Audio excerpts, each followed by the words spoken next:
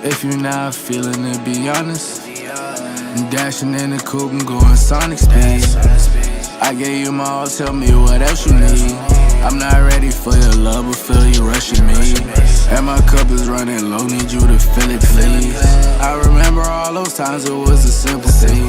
Now I'm here all alone, reminiscing about what we could've been, I'm on the road, drinking, dropping, swerving, I won't crash out. Got 12 on my ass now, still will chase the bag down. Hit the throttle, spaz out. These niggas crashing out, they living but they lashing out. Ain't chasing paper now. Whoa, I can't crash out. I remember I was broke, I'm getting cash now. These lame-ass niggas talking shit don't make me lash out. She don't make me lash out. Ballin' like I'm Jordan, make it switch. Every time I talk, I'm making hits. Trippin' daily, I feel like the shit. Yeah, I'm going, I can't reminisce. If you're not feeling it, be honest. I'm dashing in the coupe, I'm going sonic speed. I gave you my all, tell me what else you need. I'm not ready for your love, but feel you rushing me. And my cup is running low, need you to fill it, please. I remember all those times it was a simple thing. Now I'm here all alone, reminiscing about what we could've been, If you're not feeling it, be honest. Dashing in the coupe, I'm going sonic speed. I gave you my all, tell me what else you need. I'm not ready for your love, but feel you rushing me.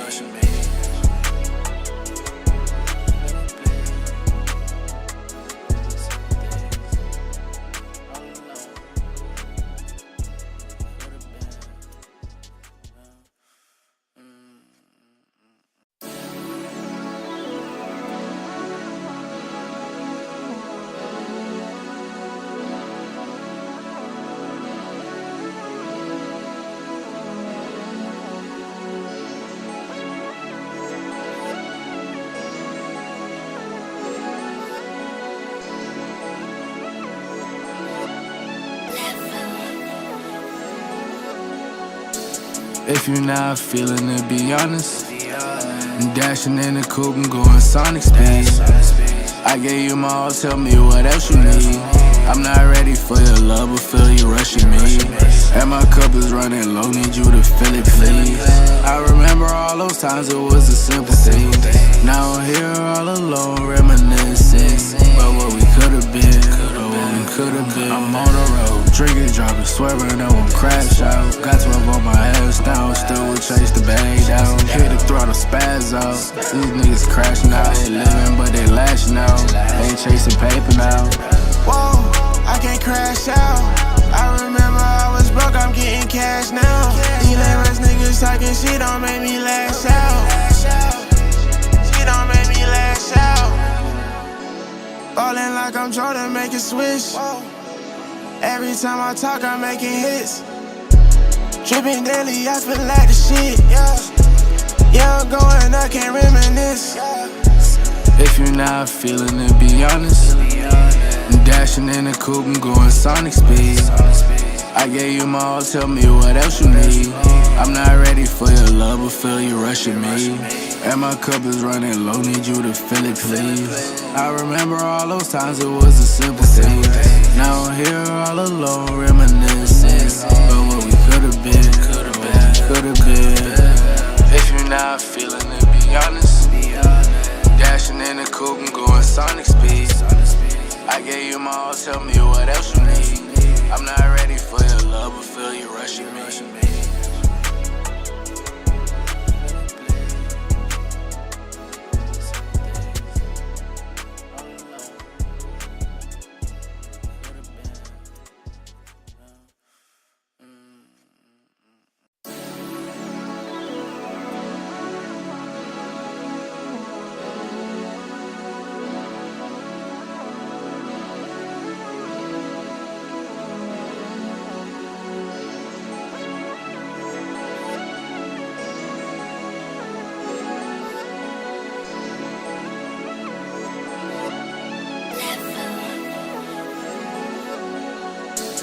If you're not feeling it, be honest. I'm dashing in the coupe, I'm going sonic speed. I gave you my all, tell me what else you need. I'm not ready for your love, but feel you rushing me. And my cup is running low, need you to fill it, please. I remember all those times, it was the simple things. Now I'm here all alone, reminiscing about what we could've been, I'm on the road, drinking, dropping, swerving, I won't crash out. Got 12 on my ass down, still will chase the bag down. Hit the throttle, spaz out. These niggas crashing out, they living but they lashing out. Ain't chasing paper now. Whoa, I can't crash out. I remember I was broke, I'm getting cash now. These lame-ass niggas talking shit don't make me lash out. Shit don't make me lash out. Ballin' like I'm Jordan, make it switch. Every time I talk, I'm making hits. Trippin' daily, I feel like the shit. Yeah, I'm going, I can't reminisce. If you're not feeling it, be honest. I'm dashing in the coupe, I'm going sonic speed. I gave you my all, tell me what else you need. I'm not ready for your love, but feel you rushing me. And my cup is running low, need you to fill it, please. I remember all those times, it was a simple thing. Now I'm here all alone, reminiscing about what we could've been, If you're not feeling it, be honest. Dashing in the coupe, I'm going sonic speed. I gave you my all, tell me what else you need. I'm not ready for your love, but feel you rushing me.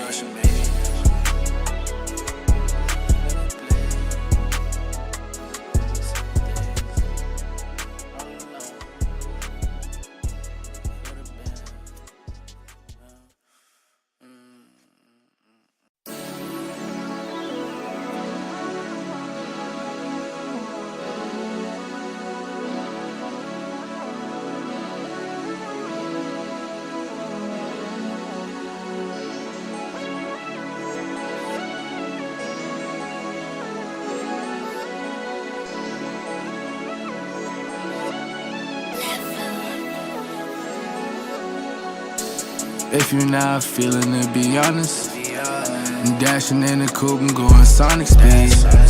I gave you my all, tell me what else you need. I'm not ready for your love, but feel you rushing me.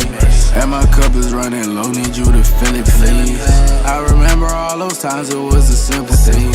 Now I'm here all alone, reminiscing about what we could've been, I'm on the road, drinking, dropping, swerving, I won't crash out. Got 12 on my ass down, still will chase the bag down. Hit the throttle, spaz out. These niggas crashing out, they living but they lashing out. Ain't chasing paper now. Whoa, I can't crash out. I remember I was broke, I'm getting cash now. These lame-ass niggas talking shit don't make me lash out. Shit don't make me lash out. Ballin' like I'm Jordan, make it switch. Every time I talk, I'm making hits. Trippin' daily, I feel like the shit. Yeah, I'm going, I can't reminisce. If you're not feeling it, be honest. I'm dashing in the coupe, I'm going sonic speed. I gave you my all, tell me what else. Fucking dumb. Yo, oh my God. I started at perfect timing, yo. I was just about to get things kicking, then you popped up in the frame right when I started. So welcome y'all to episode 28 of the Poneglyph Podcast, where we decode the world of One Piece and anime one poneglyph at a time. I'm your host, Jay, aka Milky Way Jay, here with my brother, my co-host, every single time, my dog Jai. How you doing, bro? What's up, y'all? Welcome back.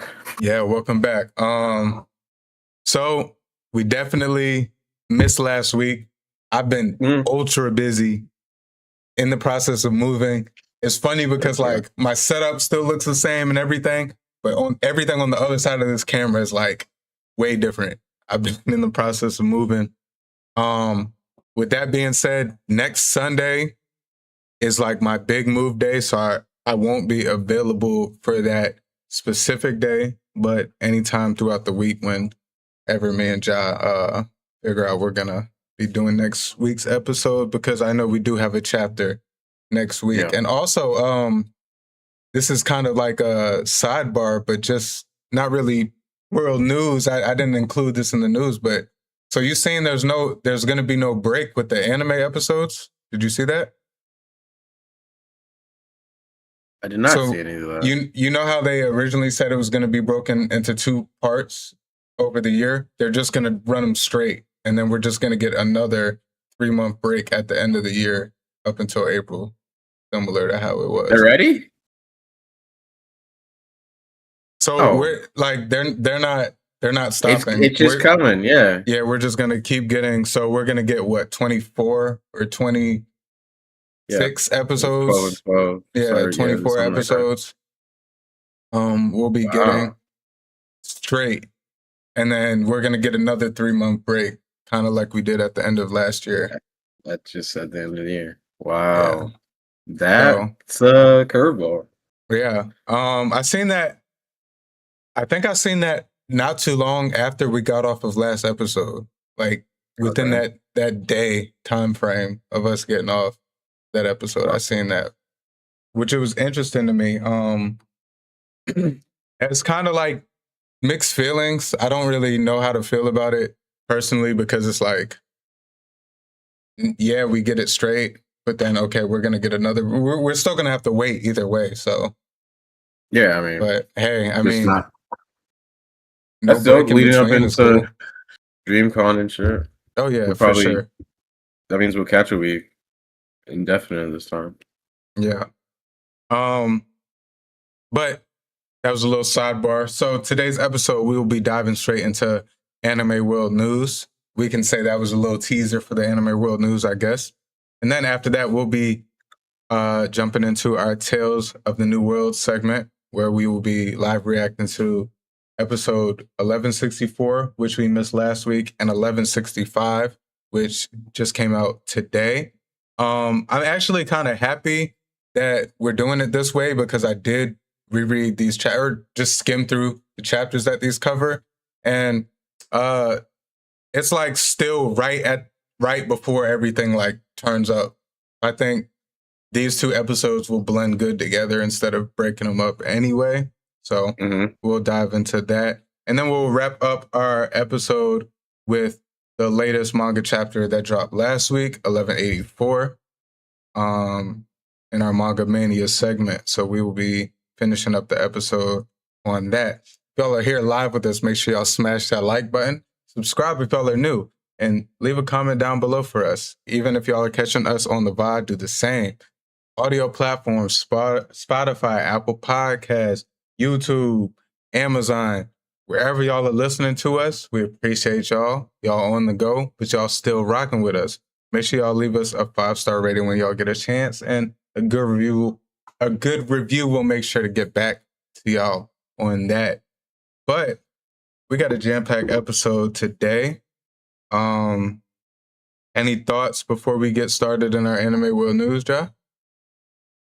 No, after the episode, I was seeing like, or it was during the break week that we took.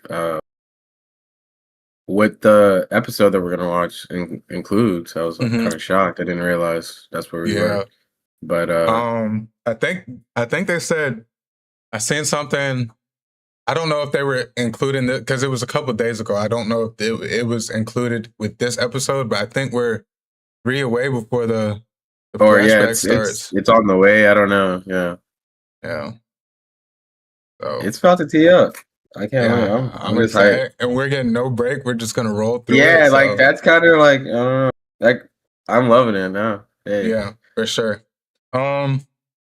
But yeah, let's dive into our Anime World News segment. Just a few points today. A few of them are a little bit long-winded, so y'all bear with me. But have some good talking points today. All right. So first and foremost, Google permanently banned a manga artist's entire account for uploading his own old manga file to Drive. AI moderation flagged it. His appeal was rejected, and now everything from Gmail, Drive, and all linked services are gone. He wasn't sharing the files publicly, just backing up his own private work. There was no human review and no recourse. This man lost all of his old manga that he was making because an AI wanted moderator flagged it. And I just don't think that's fair at all, personally. The fact that you can even have, I understand AI moderation to an extent, but to where it's has the control to completely, delete someone's full account pretty much. Yeah. I don't know. I I don't feel agree like with. there should be some human review implemented into that system. That's crazy. Definitely. Or we can just, hire people, but who wants get to? rid of the AI. But if Yeah. you're gonna use AI, why don't you just have it to where, okay, you have the AI moderation and it flags it and it alerts to a human. Yeah, because that's outrageous. I'd be in court fighting that for the rest of my life. Oh yeah, That's there's something that has to be. Like, There's something that has to be done. I mean, that's Google too. So yeah. Man, I just don't know what I would do. Even as a creator myself, like what if I do a video that's just a gym and I just like have it in, and it's just like it gets taken down before I could even do anything with it. Man, Could be your life's work. Yeah, and it's like those things like that. It's hard to recreate from scratch and stuff. I mean, almost impossible.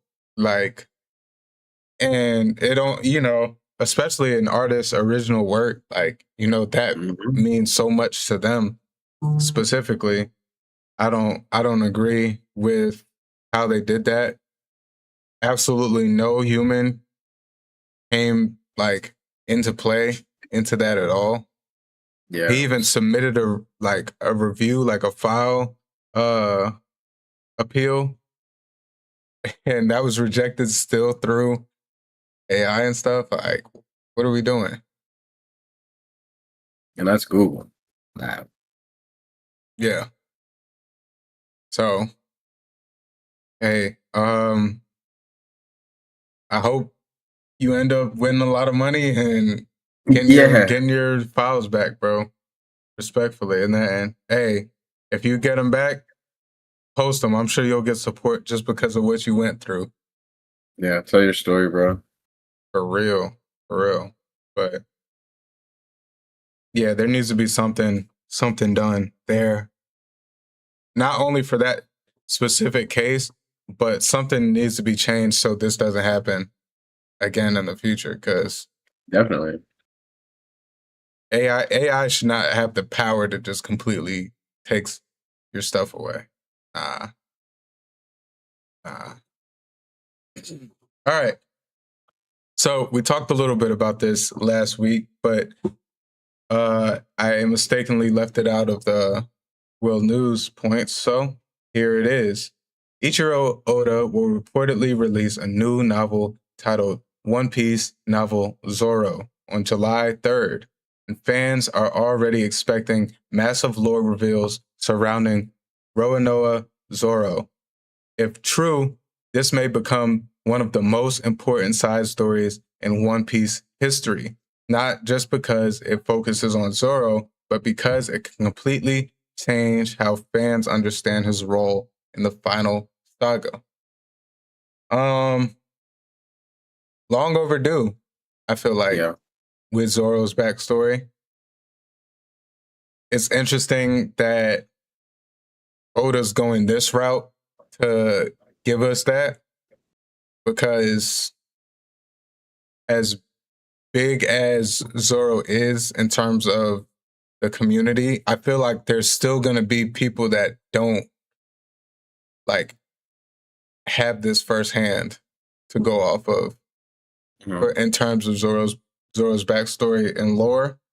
So there's going to be like a percent of people who only may just open up Netflix or Crunchyroll every week, watch their week of One Piece, and go on about their business and don't really dive into, the novels and some of the other stuff that's put out, the SPSs and stuff.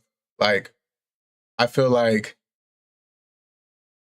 those people aren't gonna really have the knowledge. I mean, I'm sure amongst the community it'll spread and stuff, but Yeah, the hopefully casuals, I feel like, won't really know this lore. Yeah, and I hope it doesn't create the problem of like. So yeah, I've seen in like SPS where like Oda's like he didn't have time to fit in all the proper stuff he wanted to about Zoro. Yeah. I hope this doesn't like give demand for other people, other characters now. It shouldn't, because I feel like Zoro is so high on the totem pole that some other characters, you can make the argument where like they don't amount the same to Zoro, so it's not as necessary.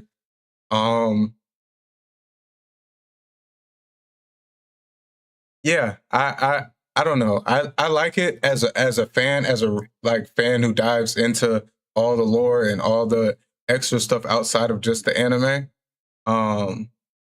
But we're just not we're more than casuals. Obviously, we have a whole podcast revolving around it. So like this excites us. And I'm sure it's gonna excite the fandom as a whole. Zoro's fan favorite. Yeah, I just do feel like there's gonna be a percentage of people that this kind of just misses because of that, but it's not for me to complain. I know Ace is a fan favorite, and Ace there's a few novels talking about Ace and stuff. And yeah, given adventures of like, or stories of when he was like a pirate before he joined the Whitebeard Pirates and stuff. So I do know there are novels and stuff revolving him. So like Oda's done this before, where he's given lore and just different canonic, is that the right term? Yeah. Yeah, canonic events. And yeah, I'm excited for it. July 3rd. Happy birthday to me. That's 2 days after my birthday, so cool. One of my favorite characters, getting some lore about him that I feel like, has been a mystery for so long. It does kind of make sense that he's going this route, because where we're going in the story is kind of like, where would Zoro's backstory really mean anything to the story? Like most of the backstories we're getting tie into what's going on currently. And I feel like we're so far ahead to where Zoro's kind of like not insignificant, but insignificant to the current plot. We still need it as fans, but to where we're going with this plot, and I'm not going to speak manga-wise because we're still early on the episode. We'll talk about manga when we get there, but yeah, I just feel like where we are in the story is kind of like gearing away from Zoro's, and we need to, in the story, we need to worry more about Zoro's future than his past. Yeah, that's kind of like what Oda was hitting on in SPS. Okay, yeah. I think I remember reading that. I just, all of them I don't remember. Yeah. I just hope it gets a good, outroll or promote. I'm sure it will. I think Oda, we know Oda loves Zoro, like enough to where I don't think that's going to be an issue. And I think the fandom man behind Zoro's character, I don't think he's going to miss with this, man. Yeah, Wano's still being popular. Oh, my bad. I cut you off. No, you're good. What'd you say? Recently, I just been double guessing doing a cosplay for him. For Zoro? Yeah. That would be clean, though. That would be clean. Which one, though? I know it would have to be like, maybe like a Wano one or something like that. I was thinking Wano, too. Wano's tough. The only thing about Wano is that junk would be high. It's a lot of layers. Yeah, it's thick. That would be clean, though. And it give me an excuse just to have all the swords. Yeah. What I was gonna say is Wano's still like a big topic, kind of revolving around the community. Yeah, it was some years ago now, but like it's still, a lot of the new people are kind of getting to Wano now. Yeah. And it still has a lot of importance, like and relevance in the final saga. Almost a lot of people consider it the beginning of the final saga. So like Wano's still relevant, and knowing that he does have connections with the land of Wano, like in terms of ancestry and stuff. I think it would be interesting to learn about this. So hey, I'm excited. About a month away, a little bit less than a month away, when he will be dropping that. I don't know when we will be getting it, because I'm assuming the novel's just going to be in Japanese, and we're probably going to have to wait a little bit for translation. But this could be when we get it. I don't fully know. I just seen that he was reportedly dropping on July 3rd. So looking forward to it. Oh yeah. All right. Code Geass director criticizes modern anime production. He believes many of the modern anime productions are suffering from a lack of directorial oversight, comparing the result to junk food. He stated that the rise of 12-episode anime has made it harder for new talent to learn from experienced staff. He argues that shorter productions leave little room for mentorship and training, weakening the industry's long-term development. I'm not gonna lie, he was spitting. But he snapped right there. He was spitting. Can't even say nothing about that. That's like looking towards the future too. That's hey. I can't do nothing but agree. And I mean this, and I love some of these 12 anime episodes, 12 episode anime. I do love, but I will say, if we take the lens of we're just looking at the ones we love off, and we look at a wide angle of things, it's more quantity over quality. You could find your few diamonds in the rough, but I feel like back then, when these shows were coming out, all of them were competing with each other, and they all had their own what's the right word? Like specialty behind them. They all had their own like uniqueness and originality to them. You got to think of when Code Geass was coming out and what shows it was competing with, and Code Geass is still to this day a top show. Like if you haven't seen it, go watch it. It's great. So, and he was also the director of the One Piece Red film as well. So he does. It's not like he's only speaking from older directing state of mind. He's directed some recent stuff. One Piece Red was what, 2020-ish, 2021 maybe, like or within that time, 2019 to 2021, I believe One Piece Red came out. And so I feel like he's actually saying this from a place of care for the anime industry, and not just like, you know how old heads for almost everything, sports, music, they always hate on the new gen. I don't think this is that. I feel like he's actually giving insight to, you know, everyone's so worried about making the most flashy 12-episode anime and just putting it out instead of actually cooking and dropping seasons and having people grow within the show. You know, a lot of our OG shows that we watched, you got to think, some of them probably started out producing and directing and making these shows in their early 20s, and they grew and for 5, 10, 15 years with some of these shows, like over time. And you got to imagine the difference of what you're learning from that based on, okay, you got a year cutoff time to make this show and get it out. Give me your thoughts on that.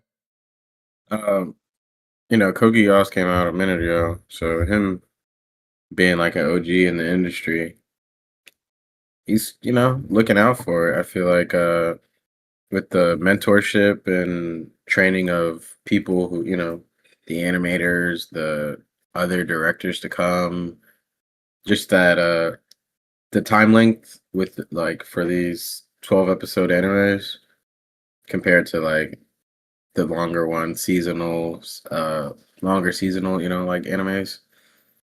That time in, like the room, doing homework, doing work at work, you know what I'm saying? It's Them reps. yeah, it takes away from all that. Yeah. Yeah, that Yeah. goes for like, the whole industry and other industries too. Like, Mm-hmm. For sure. You could kind of, and I think that's just, it just goes into the day and age in which we are. yeah, Everyone's, 30 so fast second. now. I'll watch an Instagram reel or a TikTok over a YouTube video in terms of like, that's how the average, brain is. So it's like, that's why that's one of the main reasons why people hate on One Piece. It's just the commitment. Like people would rather watch a 12 episode show they can get done in 1 to 2 sittings and they feel satisfied. They feel like, okay, I watched the whole story. And it's like, some of them are great. Don't get me wrong.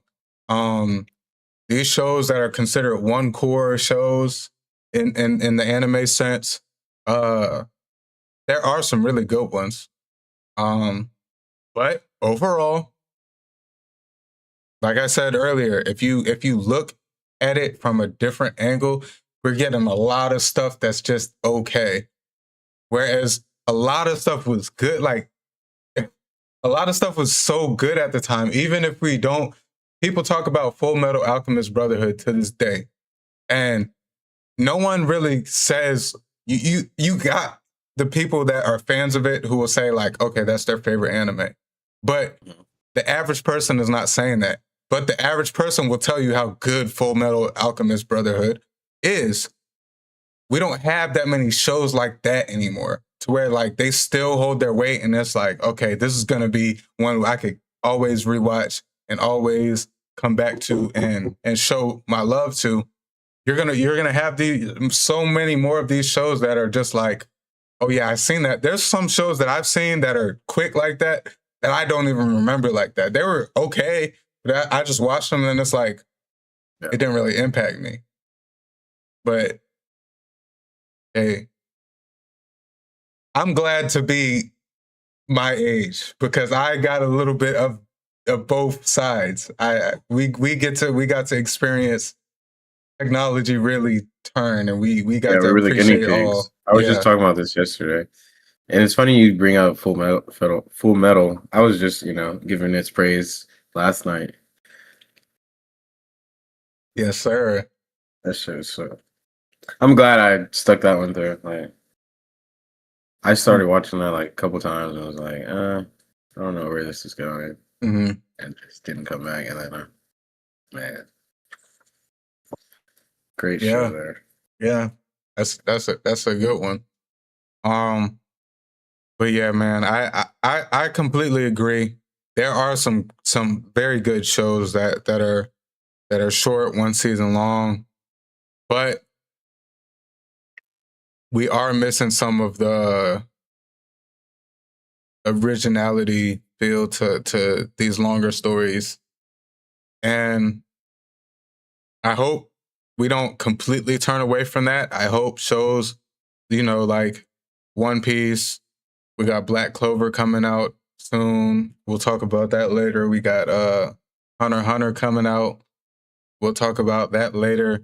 Hopefully some of these shows can keep, 1,000 Year Blood War final parts coming out at the end of the year.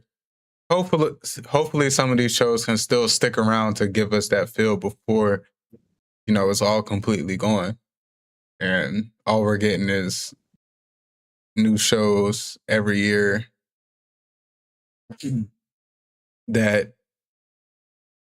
new shows every year. I like that we are getting new shows every year, but I don't want that all to be what we get it. I still want to look forward to stuff from previous years and stuff. Definitely. So, yeah. All right. According to IGN, The Avatar: The Last Airbender AAA game from Saber Interactive is no longer in development. It was going to follow a brand new Avatar living thousands of years before Aang. Paramount says this doesn't mean a AAA Avatar game won't happen in the future, but it may come in a different iteration.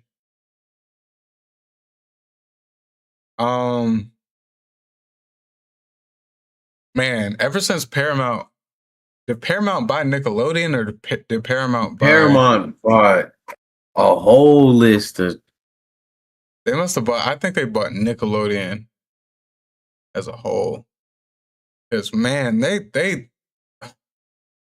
I just don't know what they're doing. I don't know what they're doing. I'm not saying that the Avatar: The Last Airbender game, I don't know how anticipated it was, but it just seems like they're just tossing away this franchise. I don't know what they're doing. I never really had Paramount. I've used people's accounts before here and there, and I always thought it was a cool streaming service. It has some good shows on it and stuff, some good classic cartoons that I used to watch. But I really feel like ever since they bought out Nickelodeon, I don't think they've been doing anything great with it. And I kind of hate to see it. I don't know if any of y'all were looking forward to this game or just, heard rumblings about it and maybe got excited to check it out. I don't know much about it, but I would have for sure been a little bit intrigued in the Avatar Last Airbender game. Yeah. Hey, Paramount's being Paramount, Are they I failing guess. you? Are they failing you? It's just like, not really. Yes and no. Dog. And here's why I say yes and no. They didn't have to expand on Avatar: The Last Airbender. It's once you pick up that idea, I feel like you have to do it right and just make it as good as possible.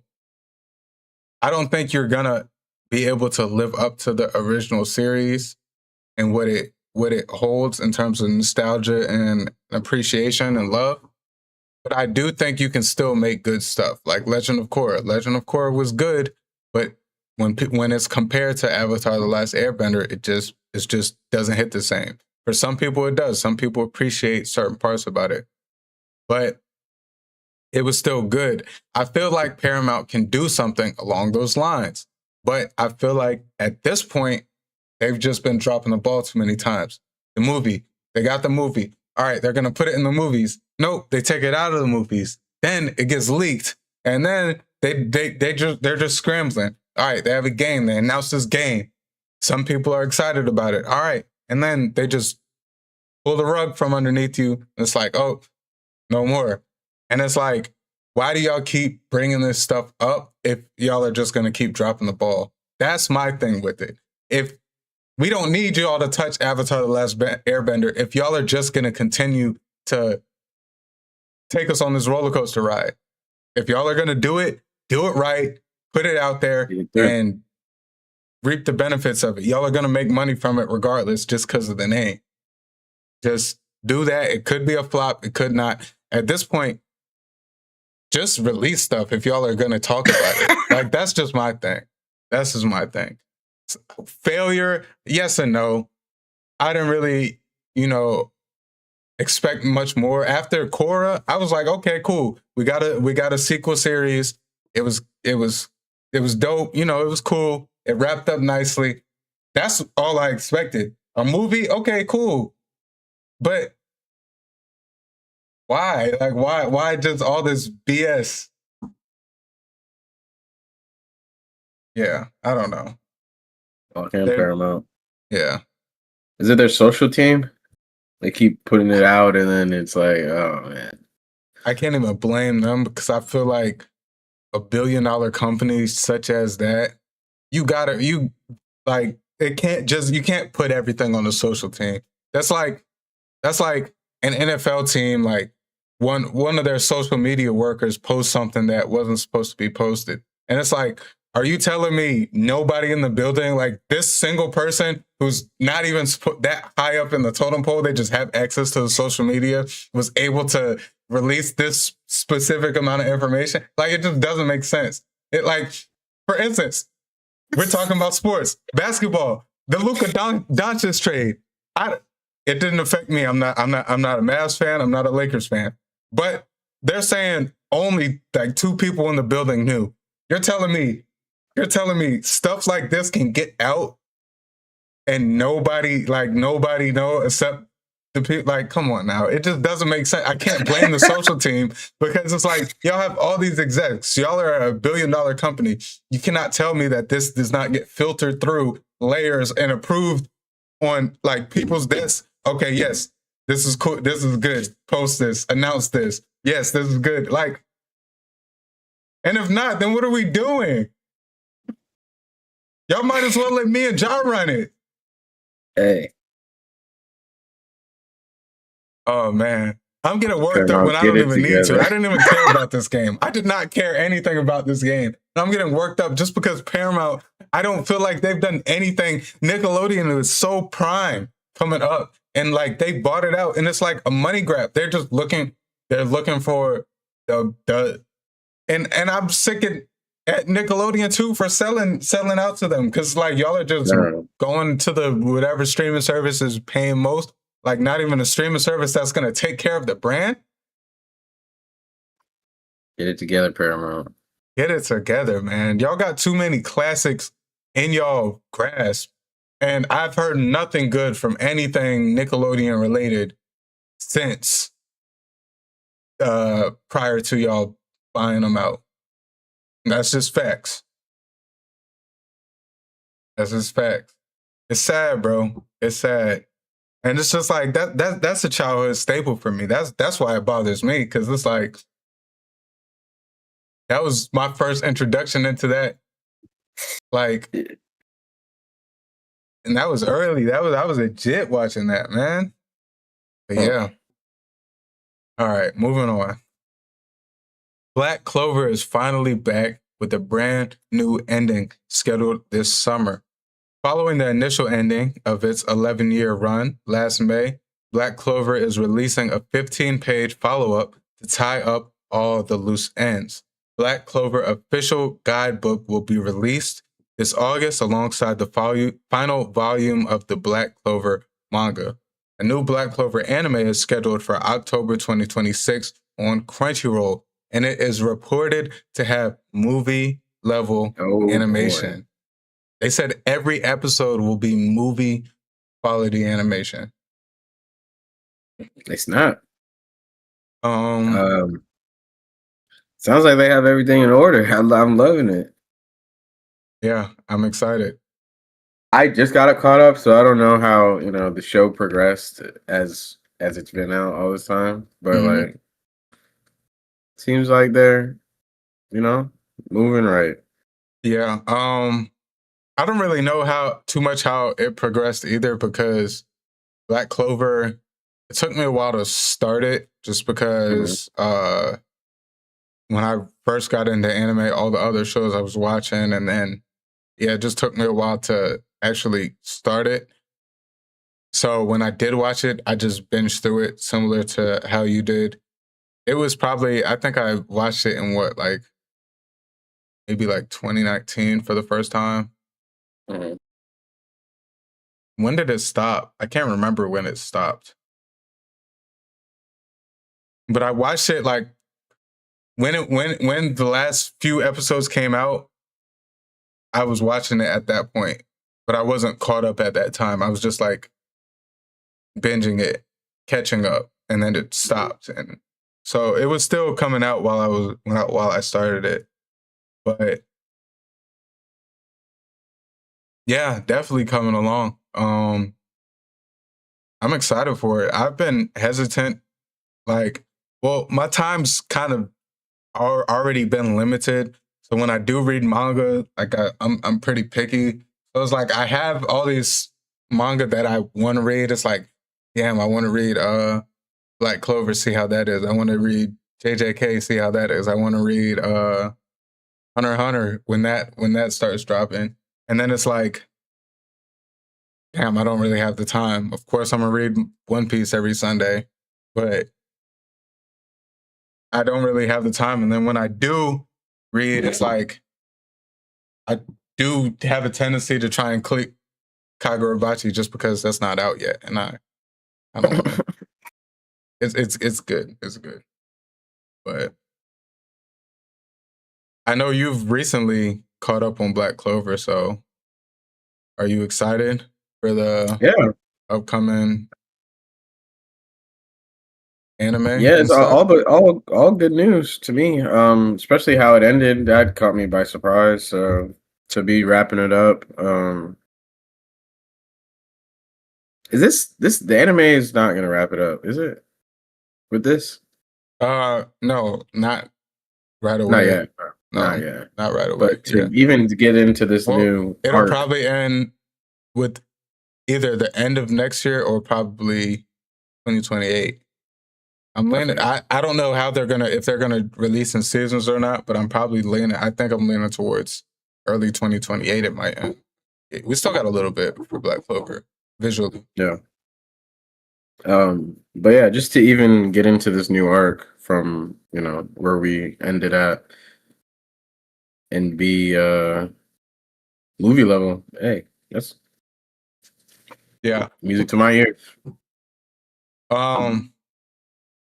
What me and Ja are gonna try and do, I gotta figure out the best possible way for us to maybe get it done.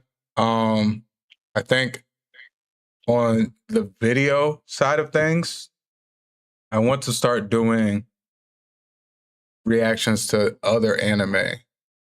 But I want it to make it a good experience for our viewers, and I want to do it as a video format, so not live.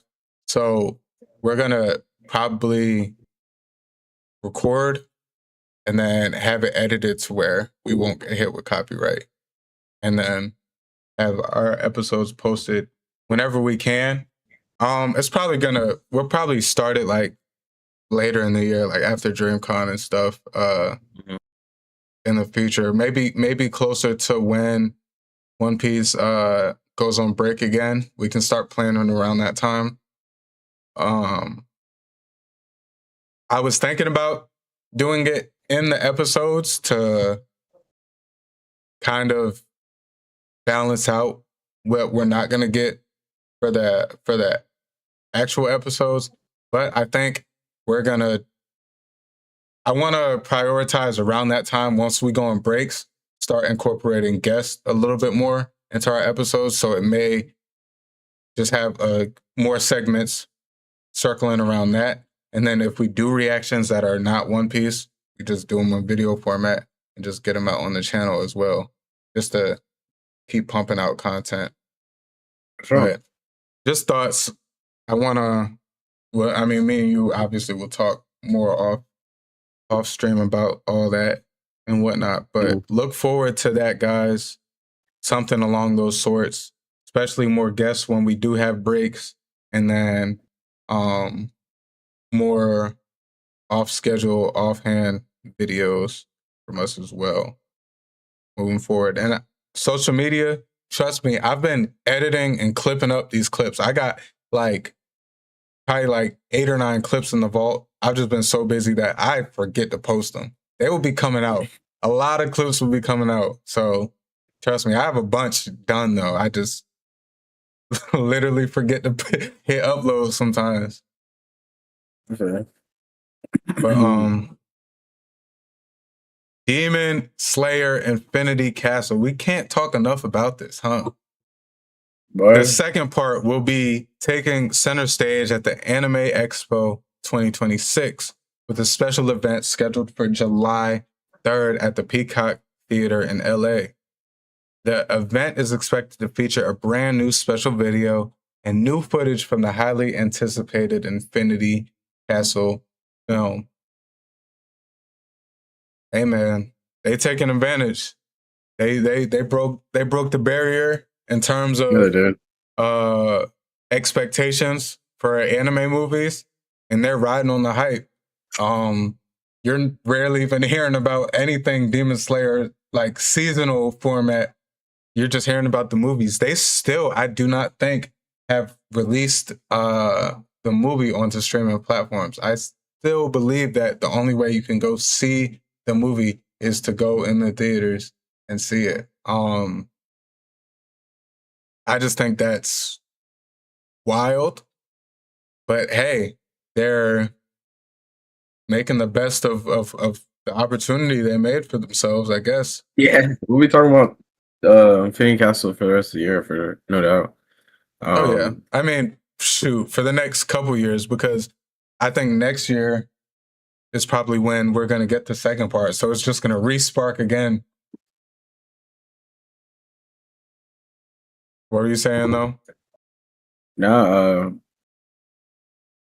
yeah, they're running on the coattails. Anime Expo, they'll be booked for, bro. I wonder what the Peacock Theater is, though. That's dope. Yeah, it's probably like they got the like out here in Dallas, they got like the Toyota Theater, I think, or something like that. I think it's just kind of like Universal like stage theater type things, because that's where the Toyota thing is where Gunna performed at, where I went. But I think it's used for like events like that too, as well. So probably similar, like a similar type thing. Just Peacock's the one who, you know, sponsored it and has all the money behind it and stuff. But I know Anime Expo is always one of the, you know, big, highly anticipated anime events. It might be, correct me if I'm wrong, it might be the biggest anime event, like strictly anime, at least in America, I believe, Anime Expo. I don't really know. Oh, sure.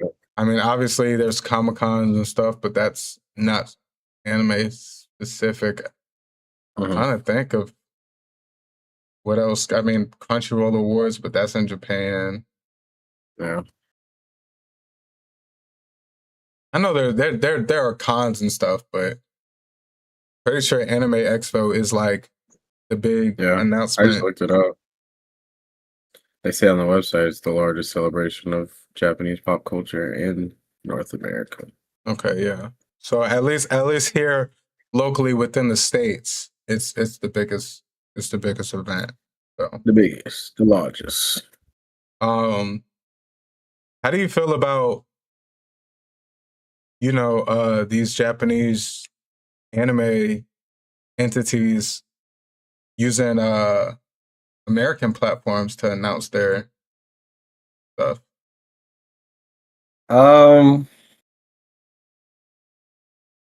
So from them, us being Westerners, we're kind of like, it's just now blowing up for real. I feel for us, like, For sure.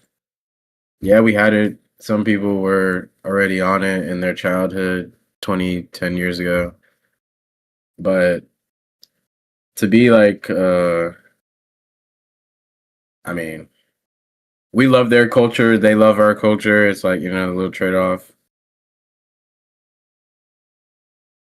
That's great. I don't think I don't have no real feelings about it.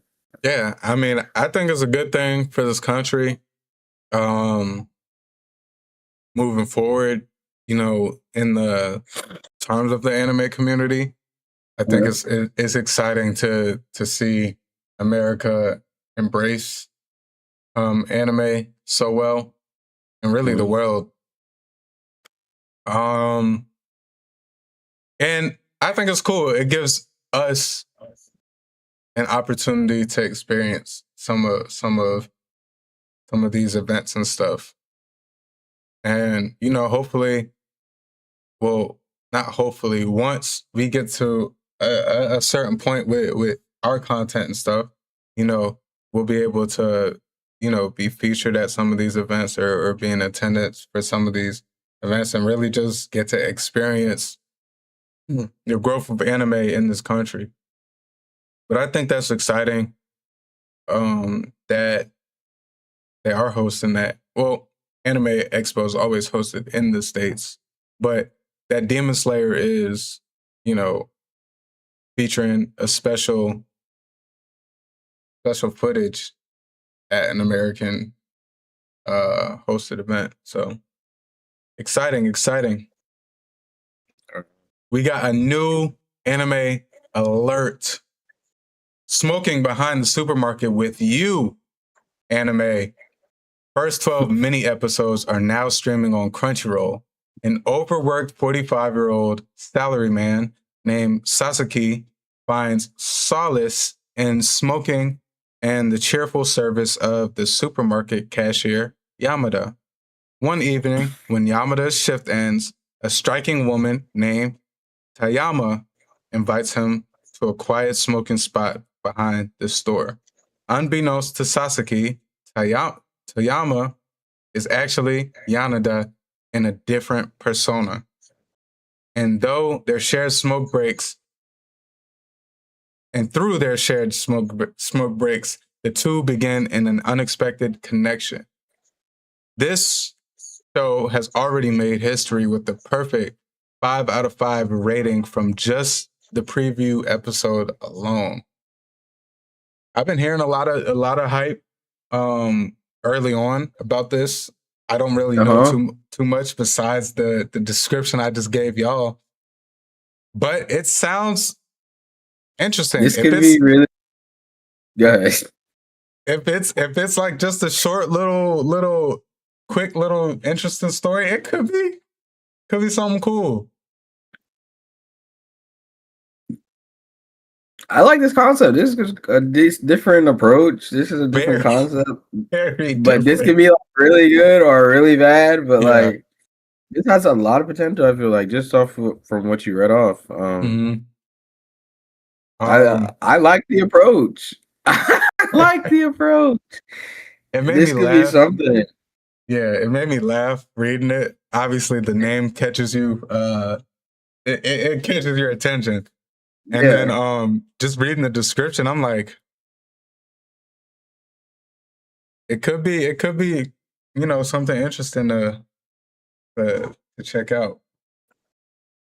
I may tap into it, honestly. Yeah, they cooked on the previews too, so we gotta look at those. Yeah, for sure. It's funny because the last anime that I presented on Anime World News was the Darwin incident. Oh, sure. And I watched that one. And the first season of that was really good. The cliffhanger at the end, like the plot twist that you get at the end of the first season, I'm like, yo, this one was really good. So from now on, if like I present an anime on the show, I'm gonna watch it. I'm gonna tap in and I'm gonna let y'all know how it is. And I'm sure we're gonna have some people who have seen it themselves and watch it themselves. But this one sounded interesting. Last time I did something like this, it turned out good. I enjoyed it. It sounded weird to me at first because when I first read the descriptions for Darwin incident, I'm like, yo, what was going on? But I think there's a clip out there too of me talking about it. But this one caught my attention in a similar fashion, so I'm gonna check it out.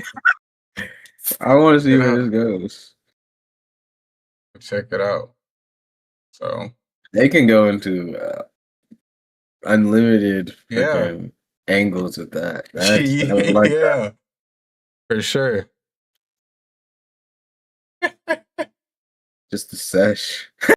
Smoking behind the supermarket with you. I'm excited though. I'm excited. I'm gonna check it out. I'm gonna let you know how. I'm gonna get back to you and let you know what I think. All right, last but not least, Hunter x Hunter Volume 39 is officially set to release on July 3rd. Man, July 3rd is going to be popping, Big day. bro. Big day. Let me look on the... It's a Friday. It's a Friday because that's a week before DreamCon. Mm-hmm. July 3rd's popping. There's a lot of announcements, a lot of dropping. What's that? That's 3 things from just this world news, right? Mm-hmm. Oda, Hunter x Hunter, and Demon Slayer having their little announcement on the 3rd. Man, July 3rd. 4th of July is on the Saturday. That's gonna be crazy this year. I work the next day. I work on the 5th. Damn. People gonna be outside. I work right in smack of downtown too. Every Sunday when I clock into work, it's like people flooded, walking, cars parked everywhere here. I'm just like, yo, is it 2 in the? It's 2 in the morning. Yes, people is outside. All right, my bad. But yes, Hunter x Hunter Volume 39 is set to release on July 3rd. The long-running series has been on multiple hiatuses over the years, so any new update is always exciting for us. Fans are now looking forward to seeing where the story goes after such a long wait. Oh gosh, this is. I gotta get caught up. I gotta just stick it out, read it, man. We're in a good era for anime. No doubt. OG fans and new fans. You know, the big 3 is all being aired this year. We're getting Hunter x Hunter back, releasing chapters. We're getting Black Clover back. Obviously JJK came out this year. Obviously that's not a OG, but I just watched the Shibuya incident last night. oof. Woo! Man, I'm gonna probably do a full rewatch of JJK before the next part comes out. It's my second rewatch this year of JJK.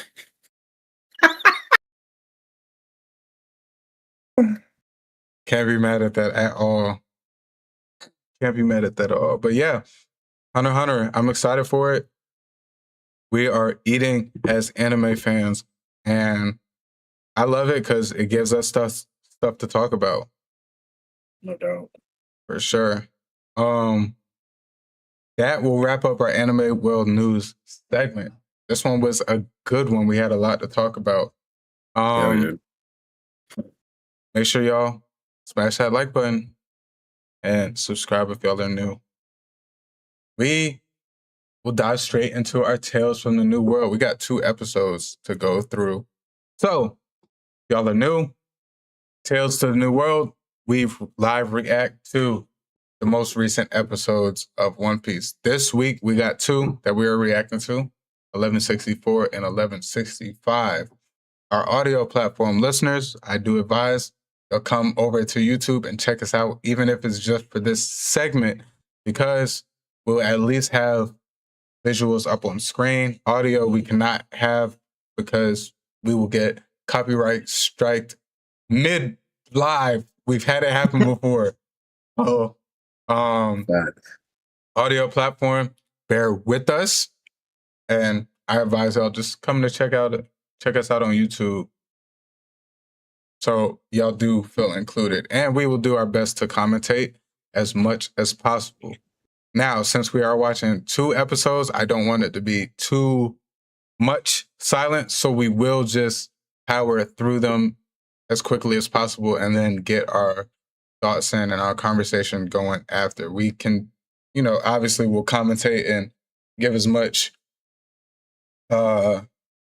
interactive conversation while the episode is going, but please remember this is a live raw reaction. We have not watched these episodes, so we're still going to be tuned in to make sure we are fully getting what's happening. Yes, sir. Lucky for us, we obviously have read the chapters, so kind of gives us a little bit of a advantage while watching. But let's get into it. Our first episode is 1164, Saul's Resolve, the inherited will of O'Hara. Summary goes, Robin formally introduces Luffy and the others to Saul. Then he assists Anj. That's her name. Remember I said it was Anj? That's why I thought it was so close. But she do kind of resemble with the glasses and stuff too. But I was like, Anj, and I knew that sounded crazy, but I was close. Shows them around the school where Usopp is shocked by the education being provided there. Meanwhile, Robin is taken to the library by Saul, where she is met with an incredible sight. Yes, sir. Thoughts before we dive into this? I'm ready to get to it. I believe this was chapter 1134, 1135. I think it's 1135. No, 11. Good looking.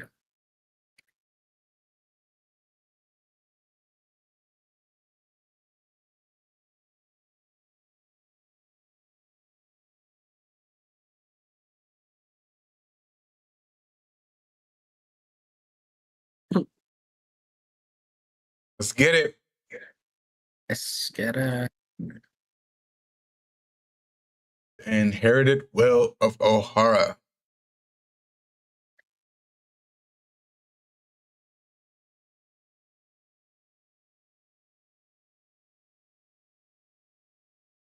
Oh yeah, it's a good episode here.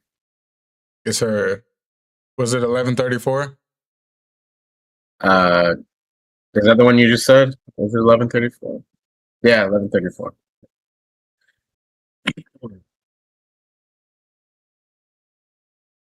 Okay, well. He learned that from Jinbei.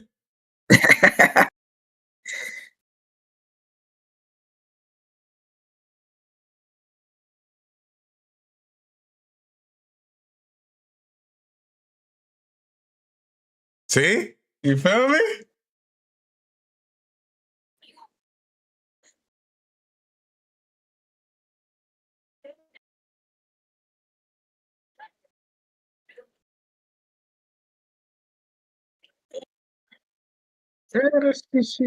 Oh, she.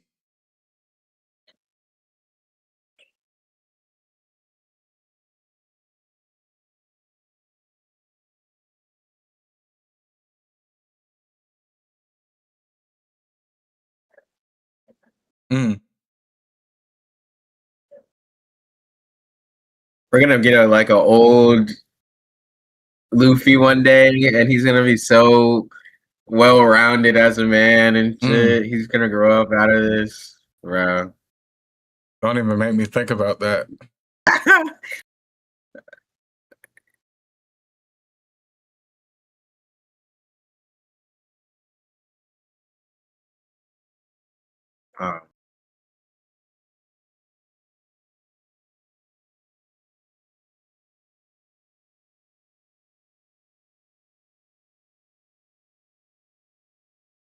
No cap.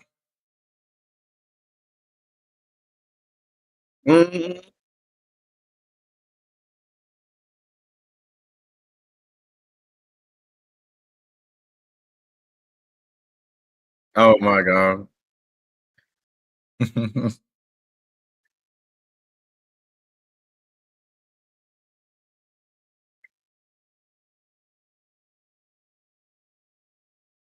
Big tears. A tear gonna smack Robin in the face. Drown her.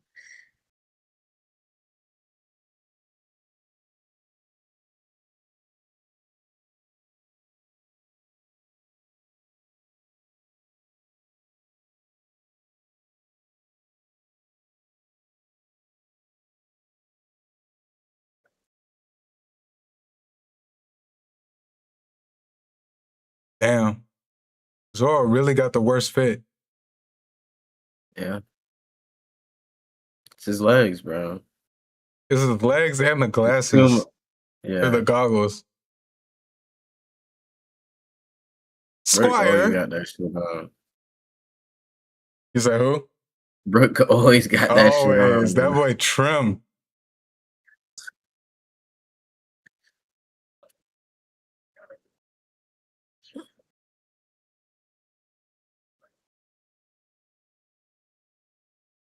All right.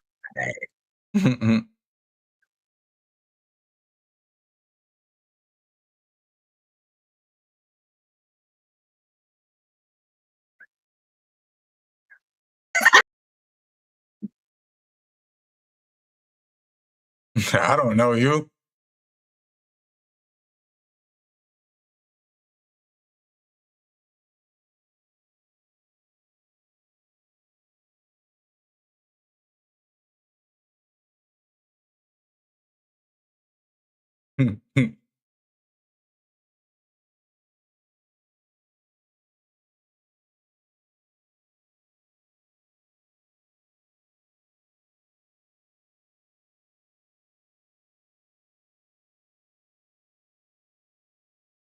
Mhm.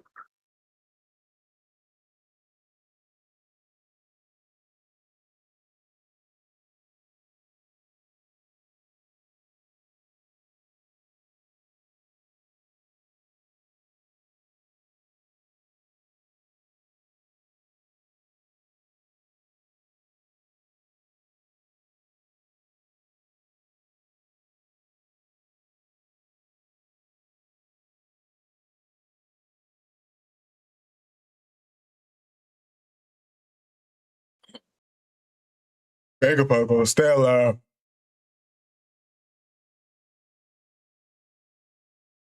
So someone can still be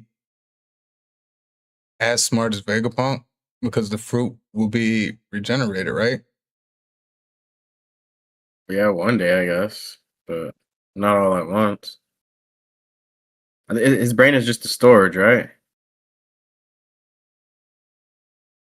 Technically, or is it? Yeah. Not all at once. I mean, like, someone could get the fruit. Yeah, you still got to learn and stuff, but Or the can brain. someone get the fruit? I mean, the host body of the fruit died, right? But that's what I was confused about because, like, uh, Lilith still got consciousness. Or is she Oda, just working off saved data? Maybe. I guess. I mean, it's almost everything in the world, so there's no Yeah, shortage. yeah, you're right.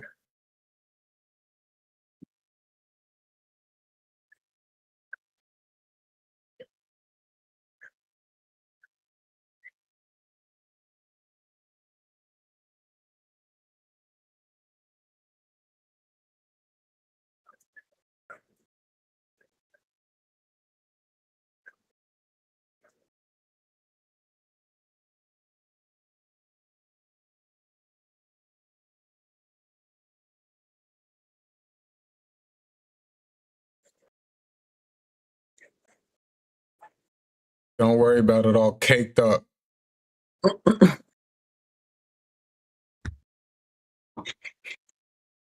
He said, "Why you a Uh-oh. woman?" She talking about something. Don't worry about it.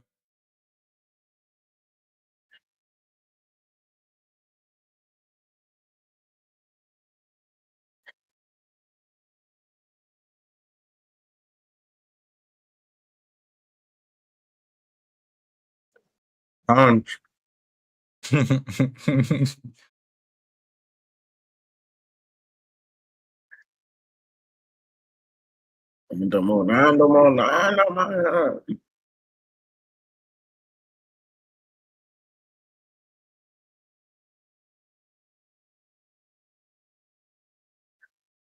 Bro. Head ass.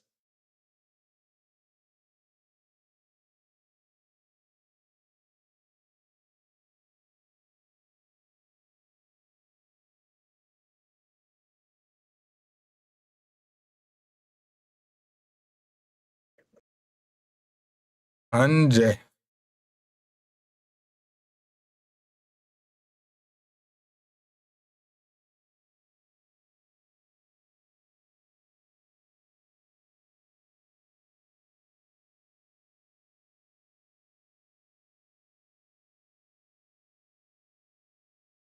Bro.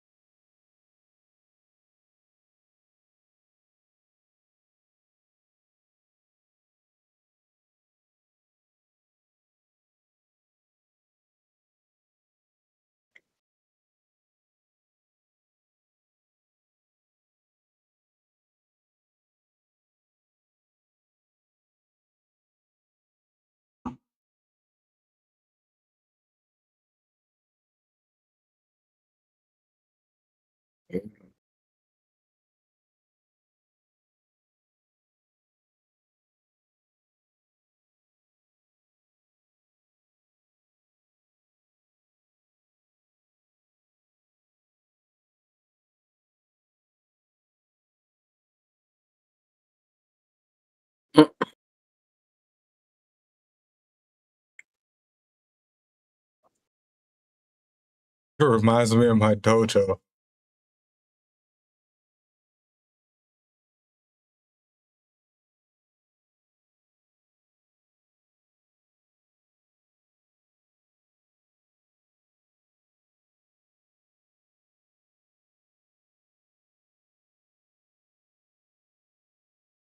Mm-hmm. What you gonna do, Frankie? We're gonna reminisce for a second. Mm-hmm.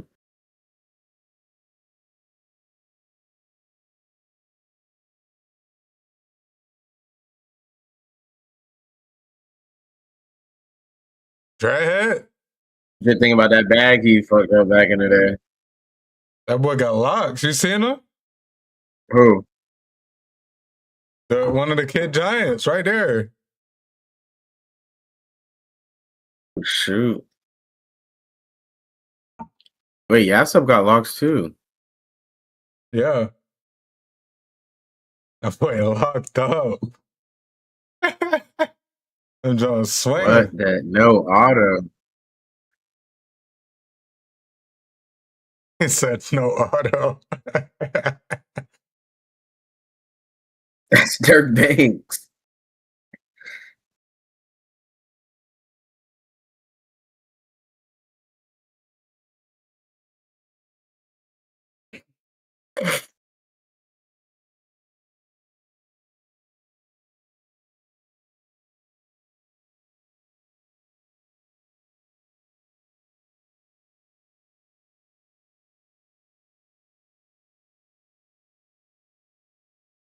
That's Vegapunk nephew. God dang.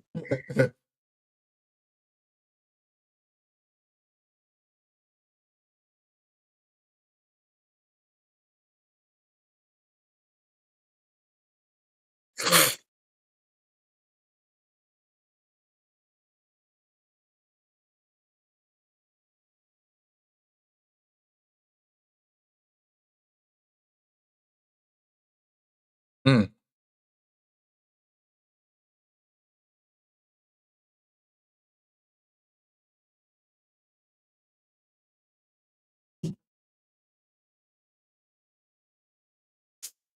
Why Zoro clutch like that, bro?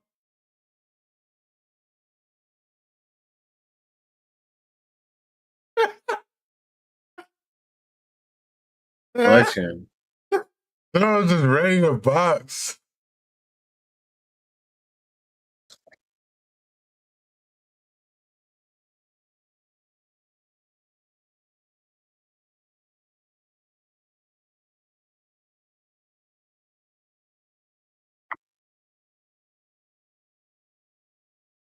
Mm.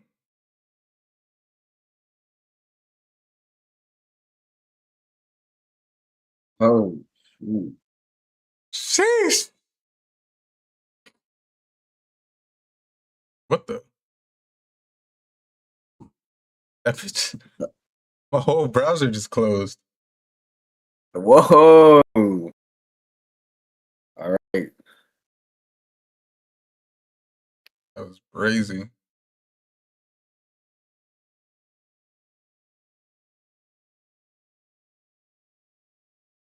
Can you see YouTube it? striking like this now, bro. Can you see it? No, I don't see it yet. There it is.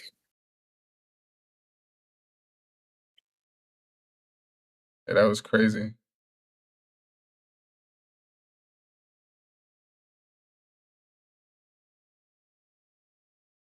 It just completely closed out my.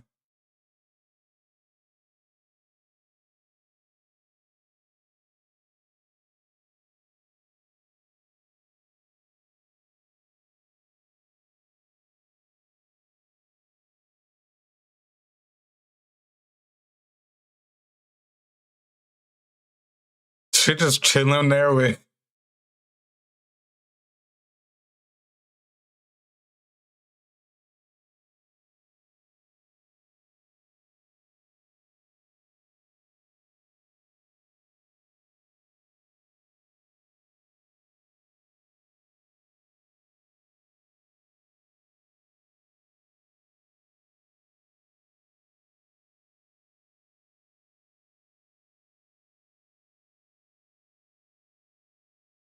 Believe it.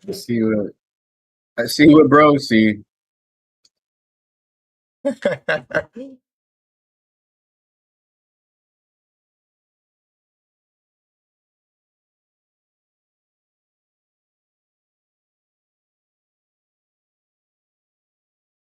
Haraudo.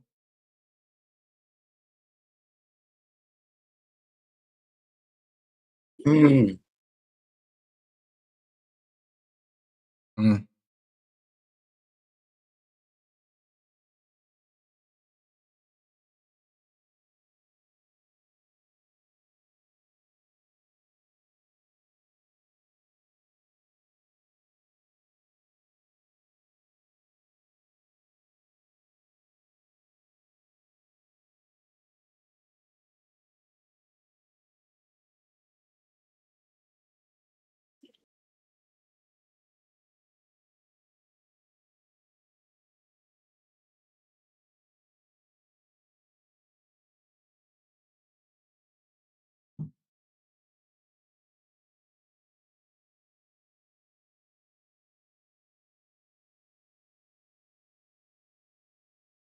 Yes, sir.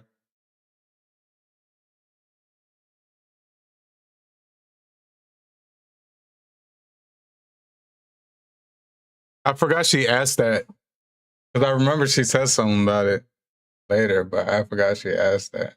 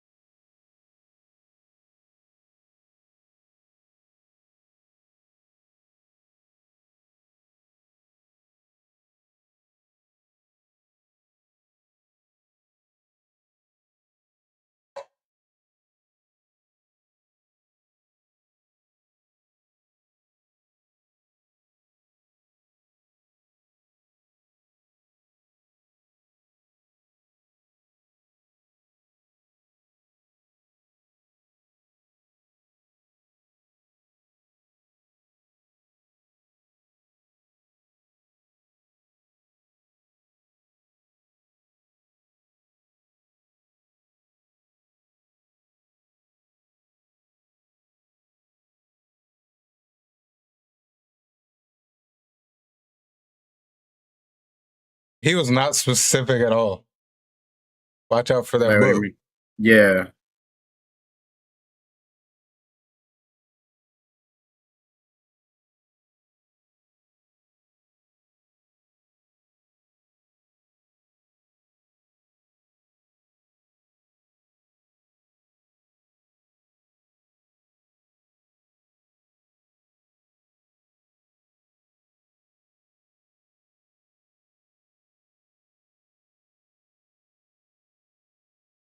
Sound effects crazy. Mm-hmm.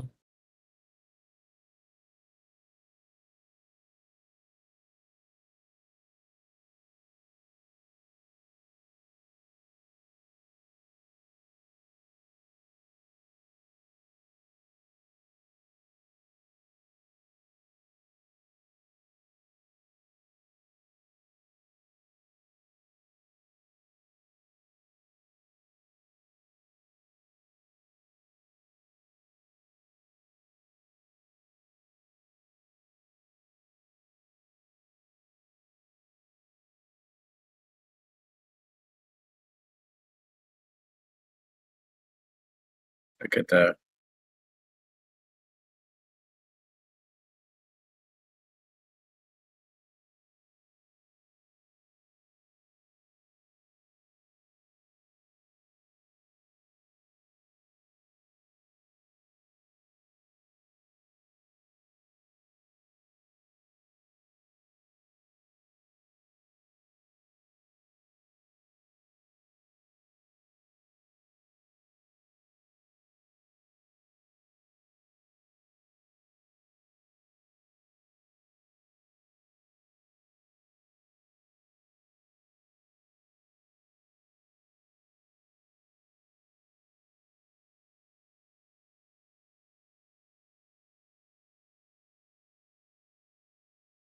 Oh.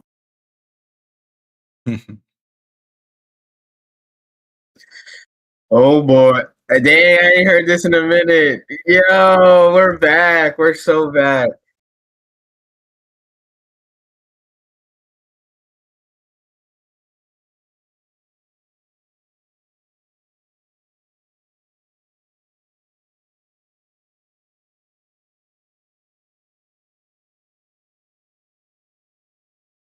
Pause. I don't know if you saw what I saw, but that voice is not revealed yet. Oh yeah. This, yeah. But Whoa. now I feel like I have. They made it to like, I don't know.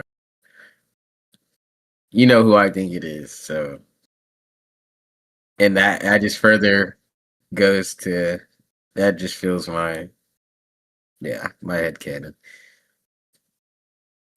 Well, we could talk about it now, right? At least halfway till it's over. Okay. This is the first, yeah.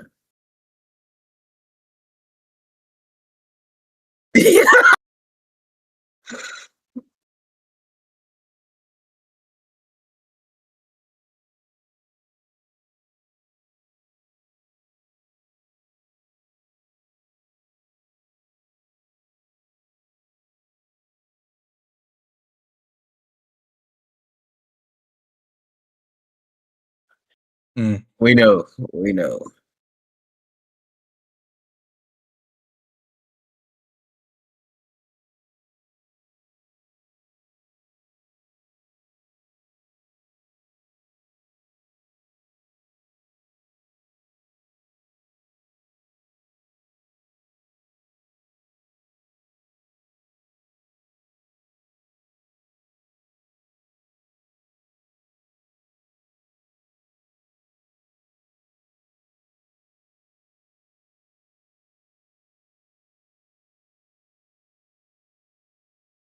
Mm.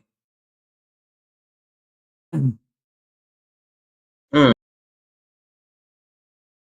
I don't know. Now I'm like, I don't know.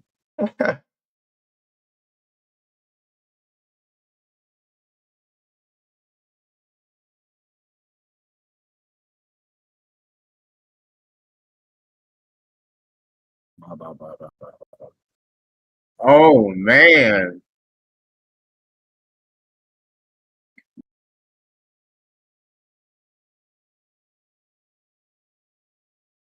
Just like that, huh?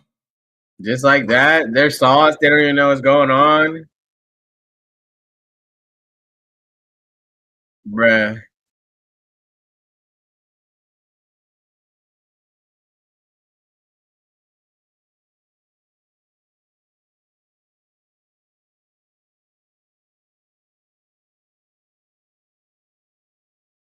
Dang. I like that. That was almost like Star Wars music right there. That was like great. That was cold. That was cold. Man. You wanna talk about it? Bro, you know who I don't want to say too much, but Why not? I think we're at a that by the no, because it's wait. No, because some of it comes from the flashback. Some of the details. Oh, okay, okay. Yeah, you're right. You're right. No, I know But exactly what you're talking about. like I don't But know, he was talking a little too rough. yeah, That was yeah. like, dang, maybe. But then the way that the person was acting on the phone, it was like it But supports, but it kind of doesn't. you also got to think. You remember what happens later in the chapter with, or not chapter in the arc with Loki, and he still kind of comes off like that, revolving the kids. So it's like that. I think that could just be how he talks.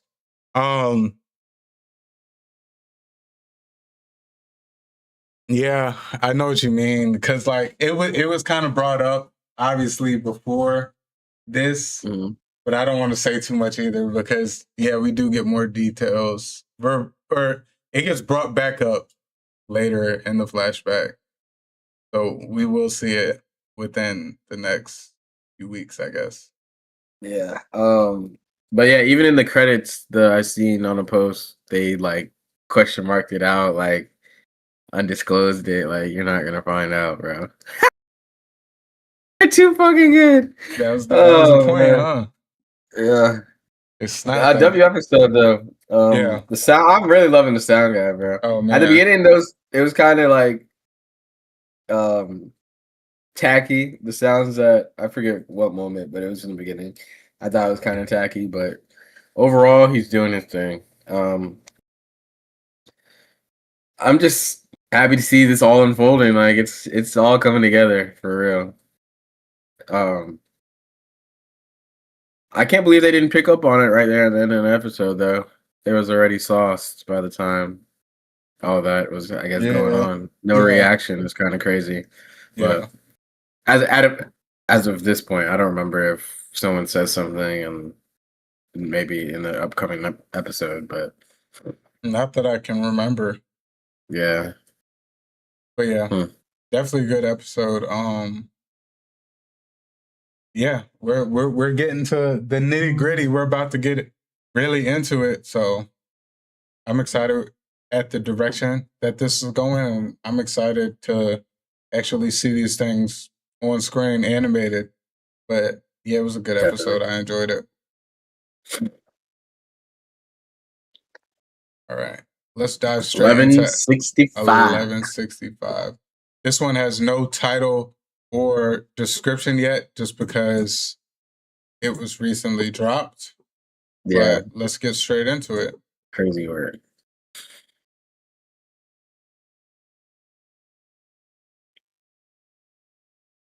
Sniped. A welcome. Oh, hold on. Let me read it out for y'all. The title of the episode. A welcome with friends, cups, and intruders seeking Loki.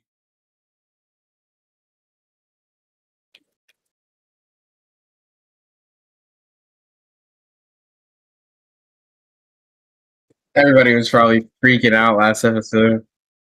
I seen some of the stuff that people were posting, just that last scene. I gotta see. I haven't even seen none of it yet.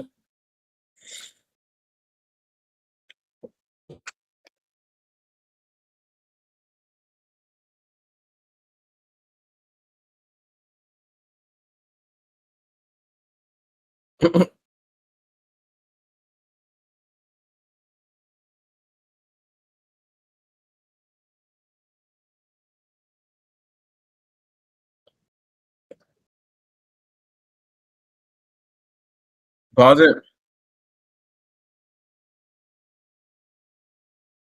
Pause. Oh, my bad. Bro, that sound the bird sound, the owl sound reminded me of is that Scapia? With the toucan. Oh yeah. That it's not totally the same, but that'll be callback. That's crazy.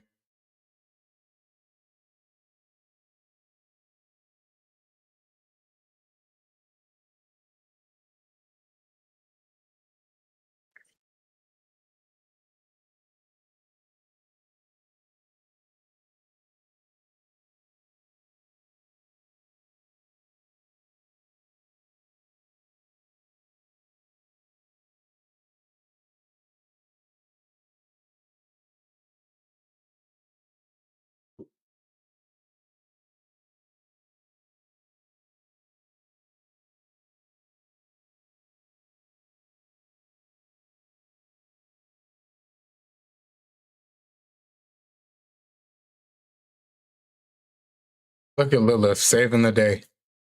Yeah.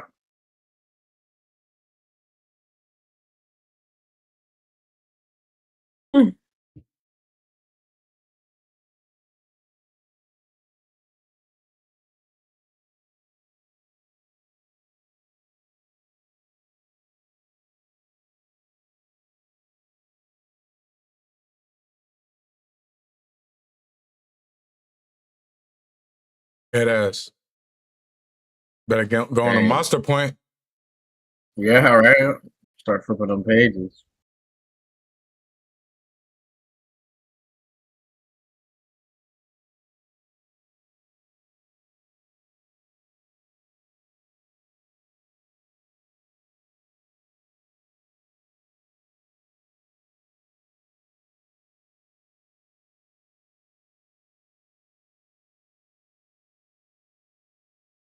And she looks like, what's it called? Am I tripping?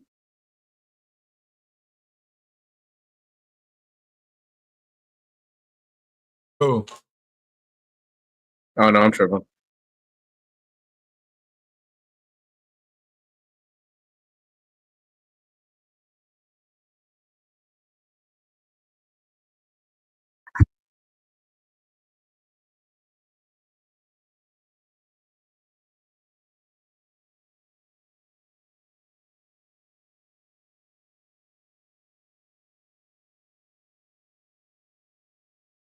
Oh, I'm thinking of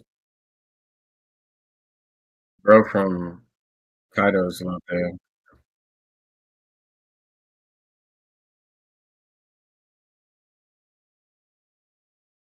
Oh gosh.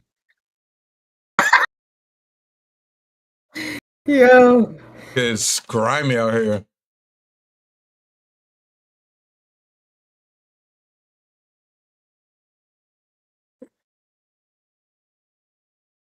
Oh shoot. Oh, Bro looking at a tree, talking about something. Look at this and that. Young go, Lil B.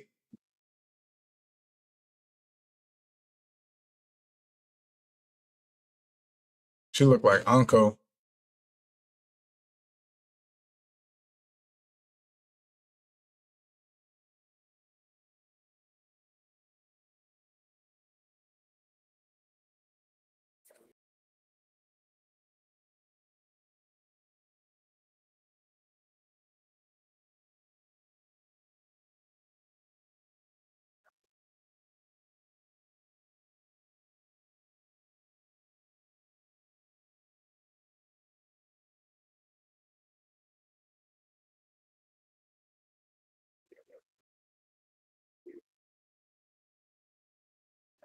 Head ass.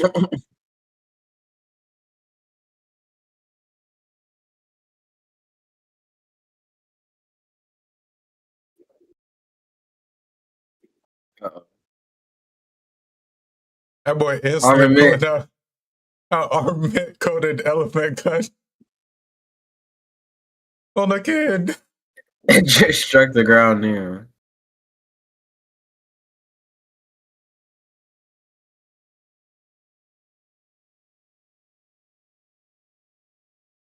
I like that tracking.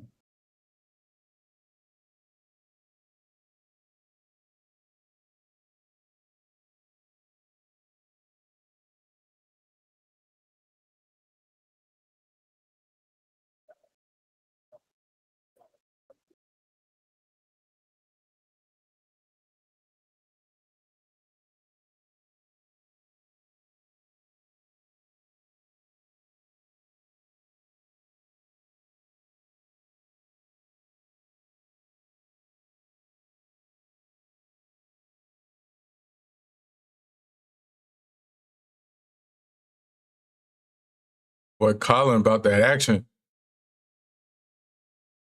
Hmm.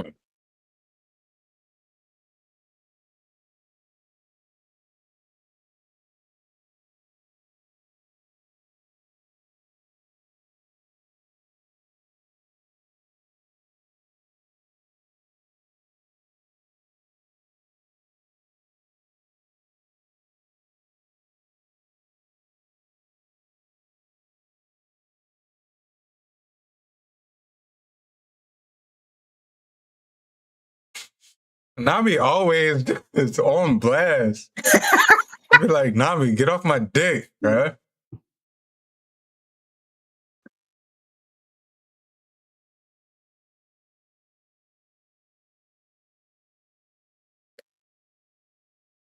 Mm,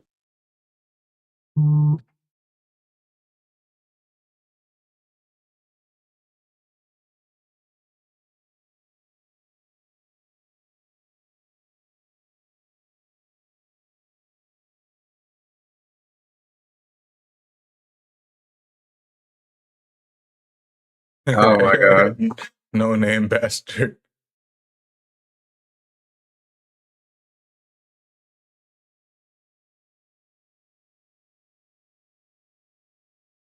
Head ass.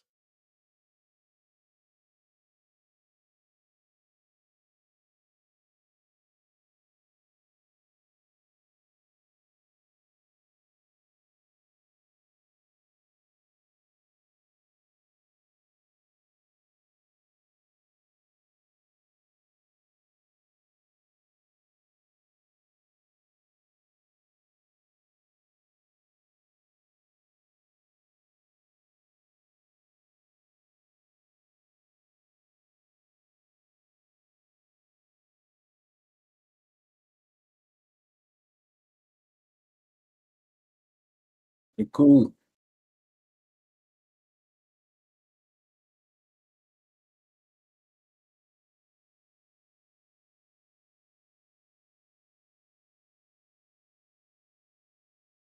3 days a night for one banquet.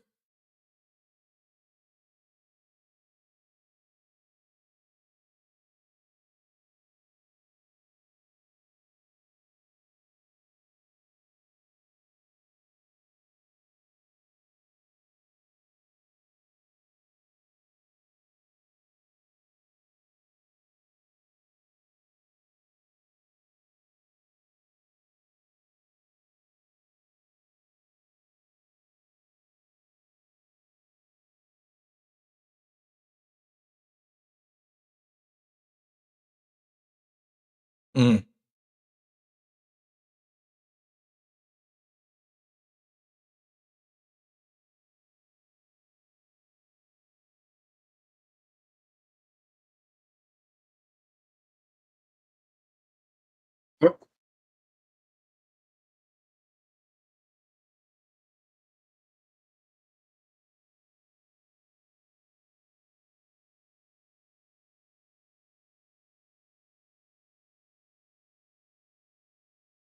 Trim.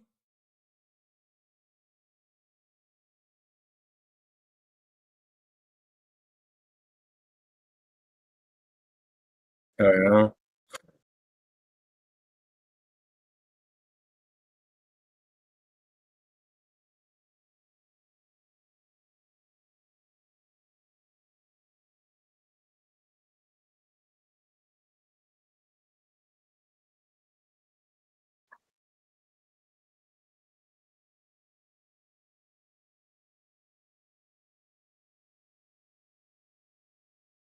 Mm.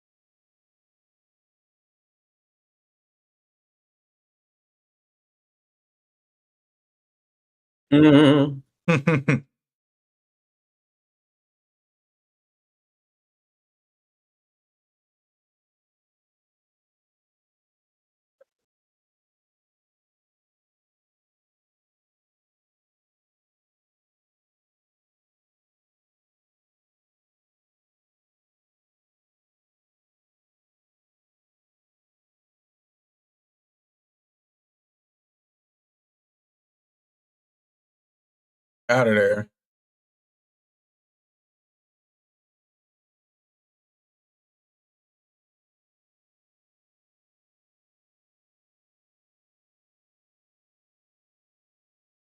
Sanji.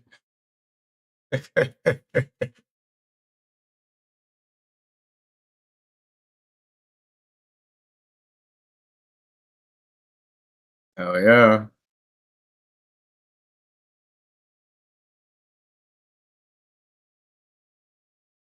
Deer meat. What if he said that? Chopper, it's deer meat.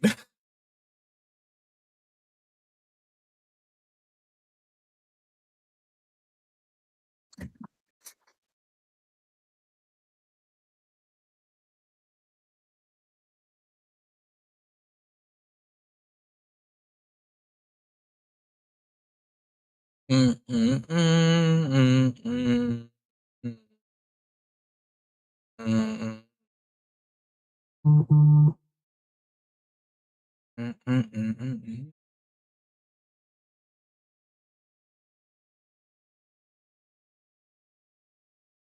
Head ass.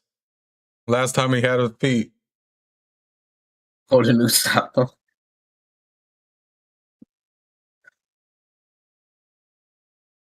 You still got more than Huh? one of the princes.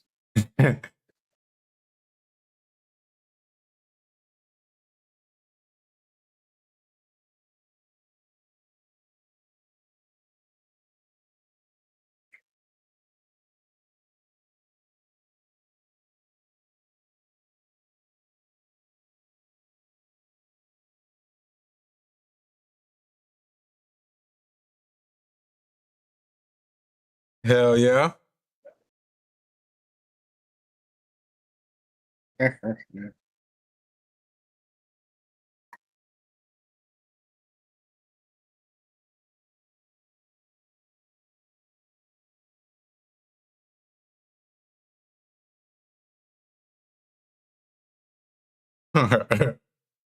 That boy Brooke got the right idea. He ain't wasting a drop.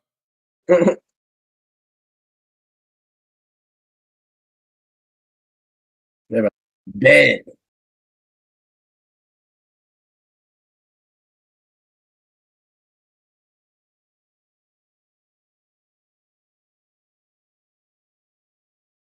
It filled up the whole thing. Mm-hmm.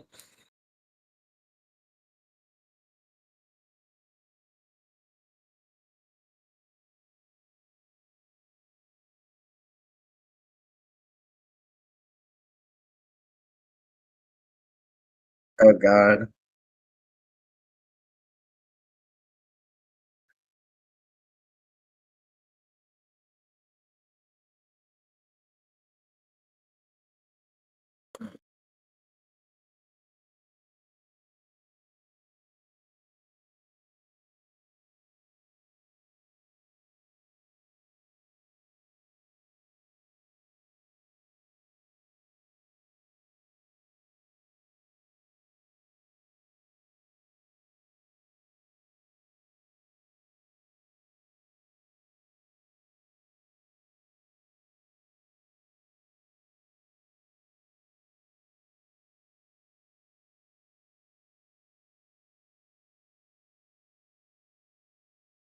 Sunshine. Oh boy. Never mind. I was about to say something crazy.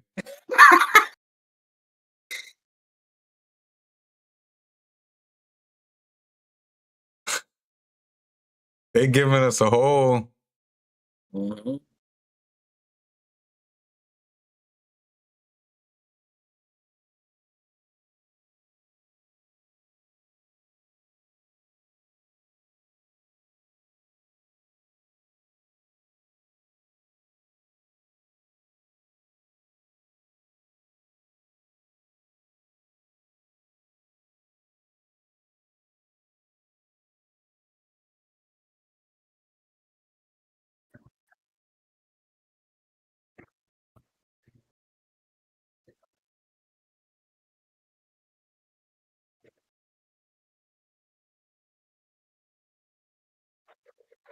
Here go that boy.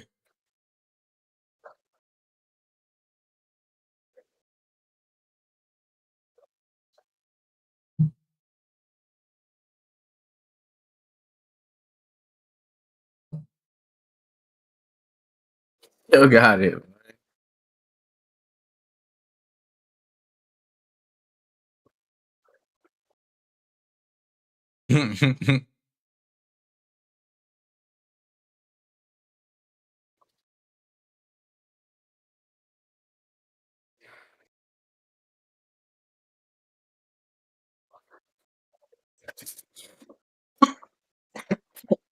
That's crazy.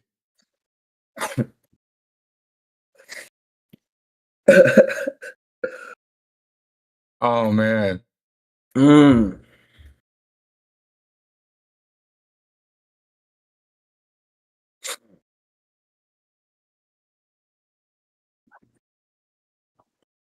Shit.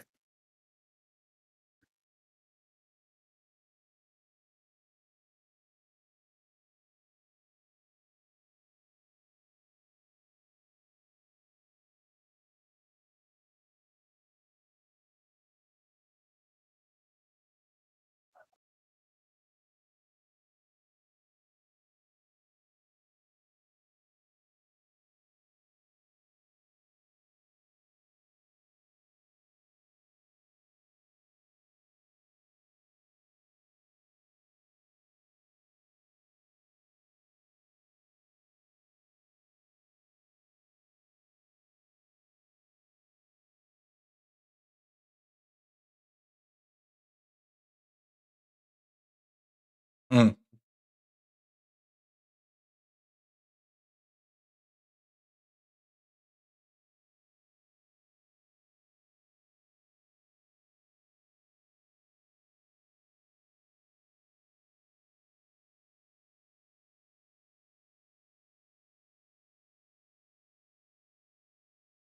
Oh shit. Making light work.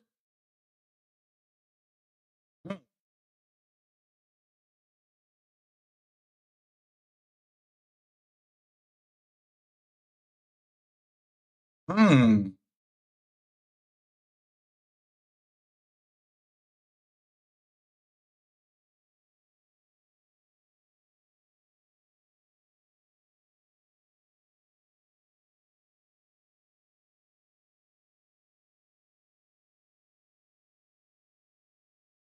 Mm.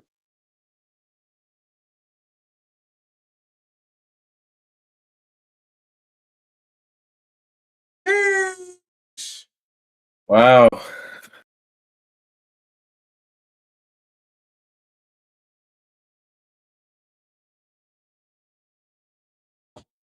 Yes, sir. What'd you think? Episode 1165. Um, it's all coming together, man. Not too much. I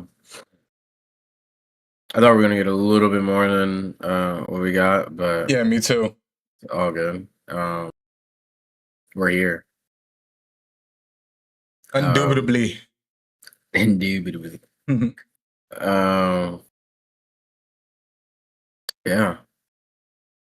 Yeah. I give it a. I get a Warlord. I was I'm a little sad about it. I thought we got a little bit more than we did, but I did too. Yeah, it was a little underwhelming. Wasn't a terrible episode. Just we didn't get a lot. But I did like I said, I did skim through the chapters and I kind of realized what we were expecting wasn't gonna happen.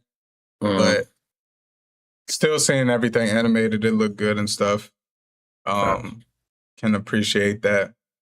Yeah, I didn't really have much for either of the episodes. They were both cool. Everything visually looked good. Sound effects, they did a good job. So still keeping up the intensity on that end of it. But yeah, we're about to get into like the real nitty gritty of the story. So I'm excited about that moving forward. no doubt about that. Yeah, I'm looking ahead in next chapter from the manga. Yeah, that's what we're looking for. Gotcha. It'll all happen. Yep. It'll all happen. But yeah, that was our anime or not Anime World News, our Tales from the New World segment, where we react live to the latest episodes of One Piece. Today, we react to 1164 and 1165. Both were very solid episodes.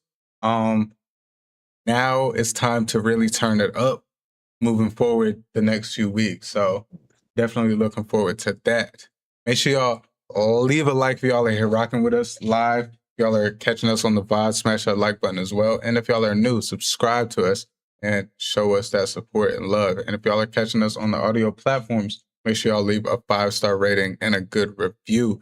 That was our Tales from the New World segment. And we will wrap up today's episode with our final segment, our Manga Mania segment, where we will dissect the most recent chapter that we got last week, which is 1184. We're all bones when we die. If y'all are anime only watchers, we appreciate y'all for rocking with us yet again.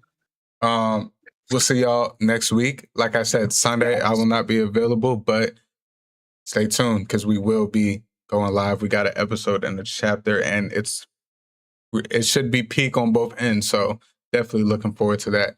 Anime only, this is where we depart. We will be diving into the manga, so keep it spoiler free. We want everything to be fresh with y'all. We appreciate y'all so much.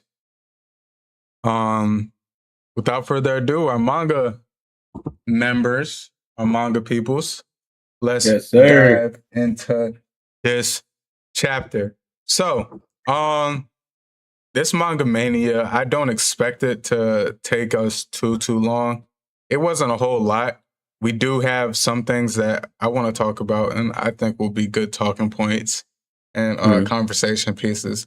But overall, as y'all should already know, very straightforward, just kind of backstory, giving us some specific events that kind of tell us who Brook and Shuri and even Reuben, King Reuben, and a little bit of Kendall, just a little bit of their characters and how they were early on. So to start things out, we got 1184, we're all bones when we die.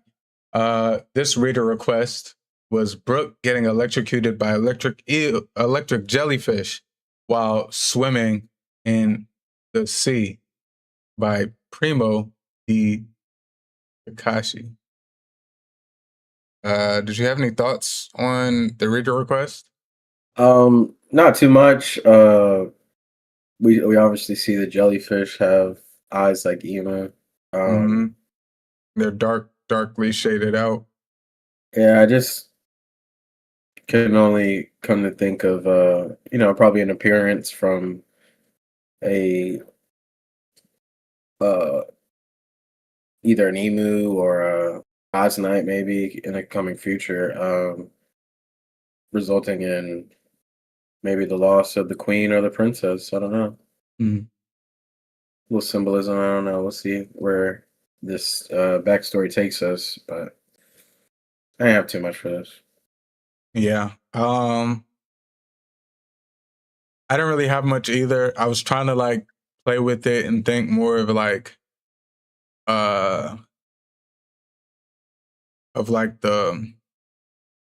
not literal but symbolic side of things when it came to this, and how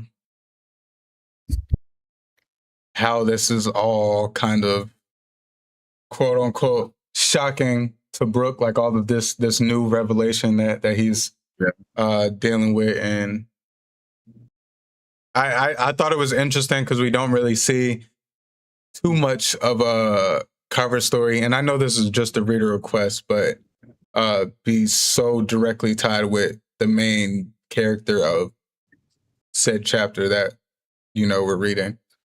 So I thought that was interesting. Like you said, the emu eyes. I tried to kind of think of the stuff that emus manipulating behind the strings, behind the scenes and stuff. Like, this is all shocking to Brook now because he, moved on from this part of his life, and now this is all kind of being sparked back up and brought back up by Emu being the catalyst, but all this, the events that are taking place. But I didn't really have much. That was just like where my initial thoughts were, but I was like, I didn't really have too much to tie into that to make it like nice and juicy. Yeah. But, yeah. All right, so I'm gonna break down this summary real quick, and then we'll dive into the actual breakdown. All right. By the time Shuri was 14 years old, tales of her beauty began to spread, which led the 5 princes of nearby kingdoms to approach her, asking for her hand in marriage. However, Shuri defeated all of them and announced that she does not like weak men or men who cannot play music. Brooke, who is now 27 years old, talked to Shuri about her rejected suitors, which she admits with pride she beat all of them, hoping he would show some interest in how strong and cute she has become. Though, when she mentions she hopes her chest will get bigger as she gets older, Brooke tells her not to think like that because it is undignified, only for him to approach some women and ask to see their panties, resulting in Shuri throwing her sword at him in annoyance. Despite that, the two would continue to spend their days singing "We're All Bones When We Die" together. Shuri sang she loves his music just as much as her parents do, something that fills Brooke with pride. Shuri asks Brooke if he loves her father that much, and he confirms he does, stating that if it were not for him, he would be dead by now. Then we flash back even more. When Brooke was 11 years old, he lived in a junkyard by himself and would often watch other kids learn music and play instruments. Though he at the time was not very popular because he lived in the junkyard and was often chased away from the institute. In the junkyard, Brooke spent his days singing and playing a makeshift violin he made out of junk, sometimes saying that the king is to blame for his current circumstances. Reuven would often visit Brooke in the junkyard, back when he was a prince, though Brooke did not realize who he was at the time, only figuring he was a fan of his music to explain his frequent visits, something Reuven did not deny. As a sign of their newfound friendship, Brooke made Reuven a stew out of grasshoppers and a frog, with some curry powder he stole from the marine ships that come to the port mixed in, which he says will make anything taste like curry regardless of the ingredients. As he took the bowl, Reuven thought about his fancier meals, which were very small, and how he was introduced to a prestigious woman, no doubt meant to be taken as a wife. He does get snapped out of his thoughts by Brooke and eats it, though it seemed to taste terrible. Still, he offered to pay Brooke for his generosity, but Brooke told him not to bother as they were friends. After the two would spend more time hanging out and playing music together. One day, Brooke was captured by some Marines who started beating him up in interrogation as they assumed he was in league with gangsters to hide drugs that they were going to sell to said Marines, only to find him with nothing but curry powder. Despite Brooke protesting his innocence, the Marines refused to believe him and plan to kill him so he does not tell anyone what they did to him. Believing his time was nearing, Brooke continued to sing while waiting for the inevitable. But thankfully, Reuven arrived on the scene along with the rest of the battle convoy. Though the Marines call him a prince, which Brooke overhears. The rest of the convoy asks Reuven to stand back and let them handle the situation. But Reuven refuses as he cannot forgive the crooked Marines for hurting his friend. The Marines then overhear a report delivered to Reuven that the gangsters who were from the Mulan family, were captured along with their real courier, thus proving Brooks' innocence. But the convoy members warn Reuven that the Marines are still backed by the world government, which will lead to trouble between Esperia and the organization. Reuven, however, says he does not care, as he believes the government supporting corrupt soldiers is a sign the world is coming to an end. The Marines beg to be spared, but Reuven ignores them and labels them as trash, taking them down alongside Kandel. Brook wakes up at a palace with his injuries tended to and Reuven by his bedside, where he expresses relief he is okay and apologizes for not telling him he was a prince before, saying he was just having too much fun with him to potentially ruin it with the truth. Kandel reveals that every time Reuven left the castle, the convoy went into a panic to try and find him, but she never guessed he was hanging out with someone like him, who she calls adorable. To Brooks' delight, Reuven then announced that he was going to take Brook into the palace and make him his personal musician, with the promise of providing him an actual bed, instruments to play, and a spot at their school, wholeheartedly confident he will one day become a star of their kingdom and liven up the palace. Hearing this, Brook tears up at Reuven's kindness, thereby explaining how he becomes his benefactor. Sure. All right, let's dive into it. Pretty brief chapter. Yep. Not too much going on. I don't have too much. Yeah, same here. We could just talk about a few of the things that stood out to us. Yeah. Boom. Off the rip. Princess Shuri, 14. I can't help but say she just resembles Nami. Yeah, she does look like Nami in this. I was thinking that too. Yeah. Probably no relation, but just Oda's art stuff. Art. Yeah, for sure. But yeah, that was just instant. She looks just like Nami. And then on the next page we get Brook still being Brook in his young age. Panty hunting has always been a part of his life.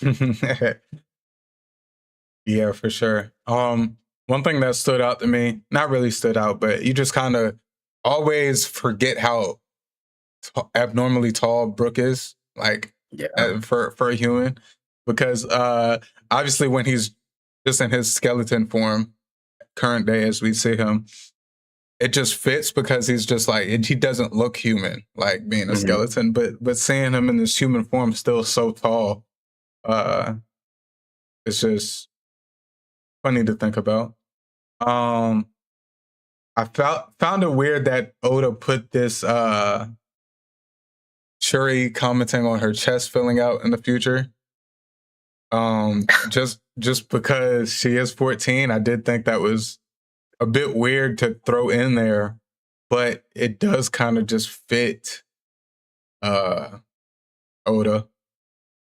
Yeah. He has these little small little like nuances in his work sometimes of hypersexualizing women.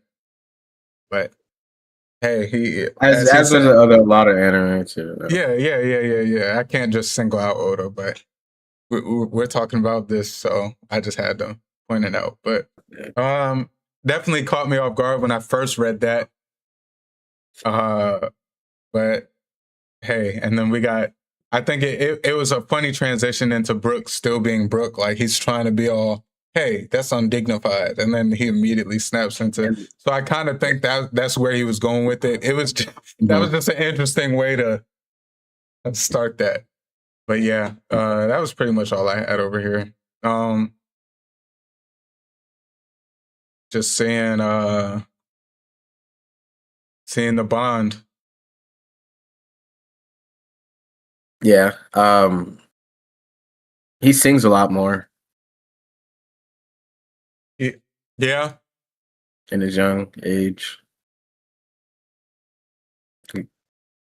Yeah, I mean, he sings a lot, but yeah, I guess now he's focused on, or when we see him now, it's more so we just see him playing instruments.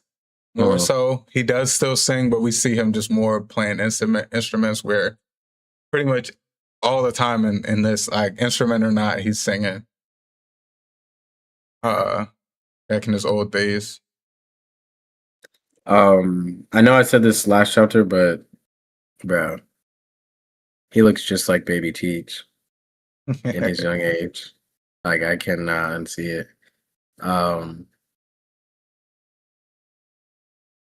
I wonder if there's gonna be something there with that. And I don't have too much for this this page right here, but it is kind of resembling of like the Frankie, Luffy, Sabo, Ace upbringing in the dump. And then how like, you know, their life changes, but well, for some of them.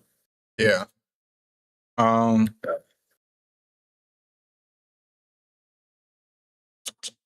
Yeah, I was just like, okay, we kind of get a traditional Oda backstory here, just with the just terrible conditions for kids to be living in, and them still being able to prevail and become, you know, the characters we know and love today.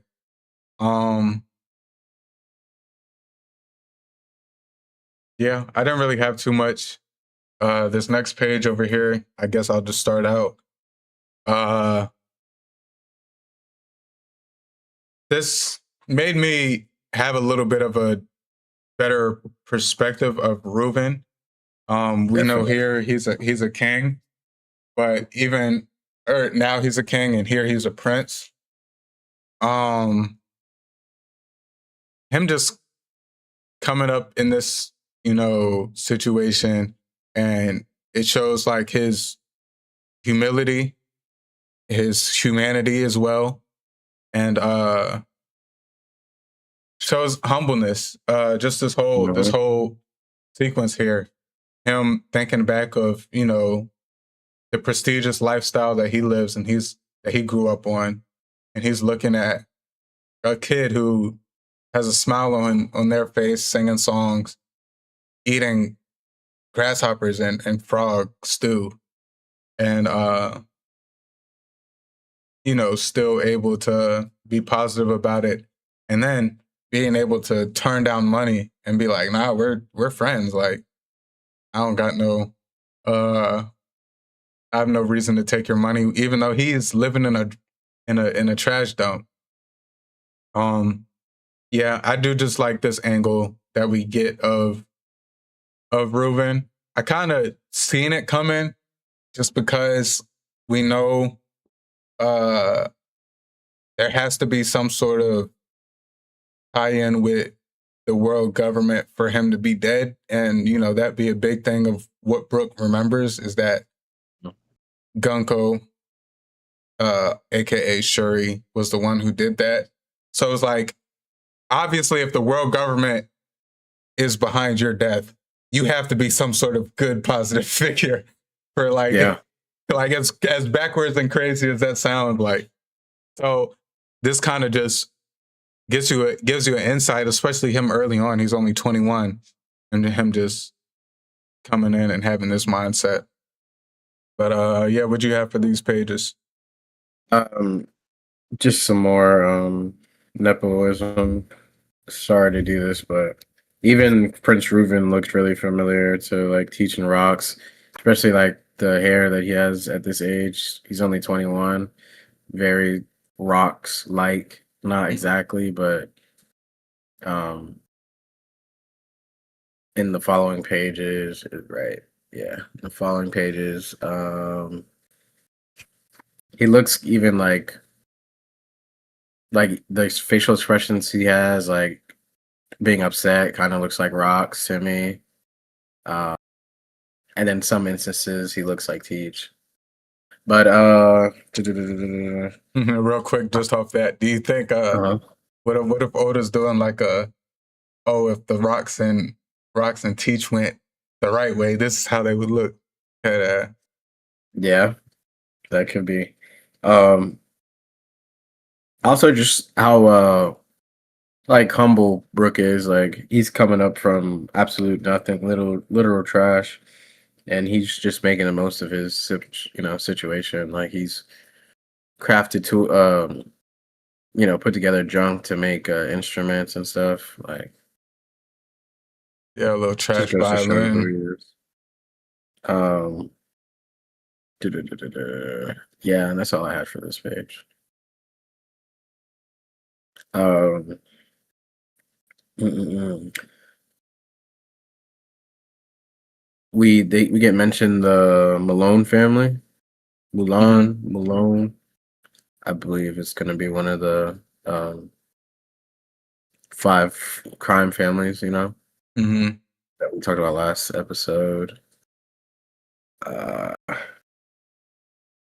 What do you think about Reuben offering Brooke liquor? I honestly didn't even realize. They fishing and drinking. Yeah, a vibe for sure. Even though Brooke's what, 11? 11, yeah. Gosh. And with the glasses, it reminds me of Odofi. I was thinking that too. I thought that on this first page where he's playing his violin up here. Yeah. I was thinking that. I was like, those glasses give me the Dofi vibe. But yeah, I didn't really have too much here. Marines being Marines, we know they're corrupt. Not really a surprise that they're working with a crime family. And it kind of ties into real life. Crime families were very, indebted, or not indebted, but involved with the police and law enforcement and government and stuff. A lot of people were paid off who worked for the government and crime families and stuff. And you even had people who joined the government, from crime families just to infiltrate and have some power. So the bribery and stuff and corruptness of the government, in one piece, it doesn't, it's nothing new. And then 2, now that we're seeing, a little bit more of the crime family aspect be shown in the story, it just kind of goes hand in hand. The fact that they were so ready to kill him just because they're like, he's gonna tell, and it's crazy to think about that adults can think this way amongst children and not really have any sort of sympathy, and they were just ready to do it. Even as Marines, y'all are the people who are supposed to come protect the innocent, and y'all are supposed to be fighting the crime and whatnot. This is how y'all rock. Reuben bursting in at the end, very fitting. I'm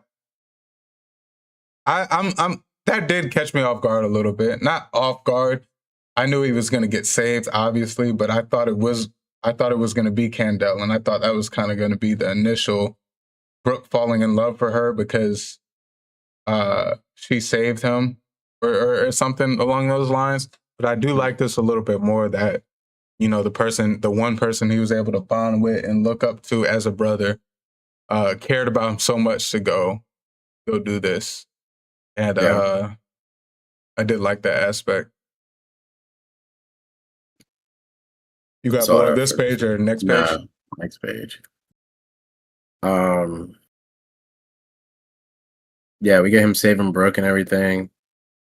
And then the battle convoy fills in and is like about to fight the Marines, the bad Marines. But then we also get a line from one of the Marines. No, that's not a Marine. That's one of the convoy Battle people, convoy. like, saying he has talking about his personal grudge against the world government. You think this is? Well, he already stated like, where does he say that? Was that last page? No.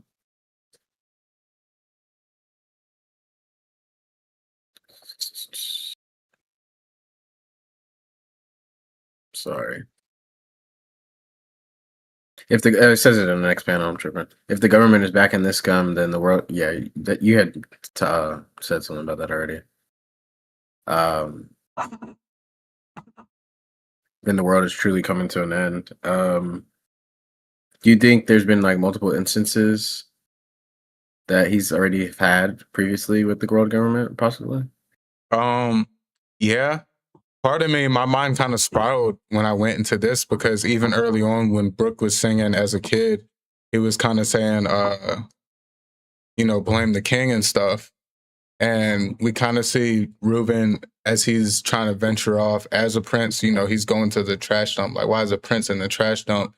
And it's like, maybe there's some corruptness even with his father as the king, maybe doing dealings with the world government that he may not see eye to eye with or agree with, but he's in no position to affect it or something. That's kind of where my mind went there. Or potentially just maybe his dad isn't that bad of a king, maybe just not the best in terms of making sure the whole kingdom is taken care of, as, there's poverty-stricken kids like Brooke.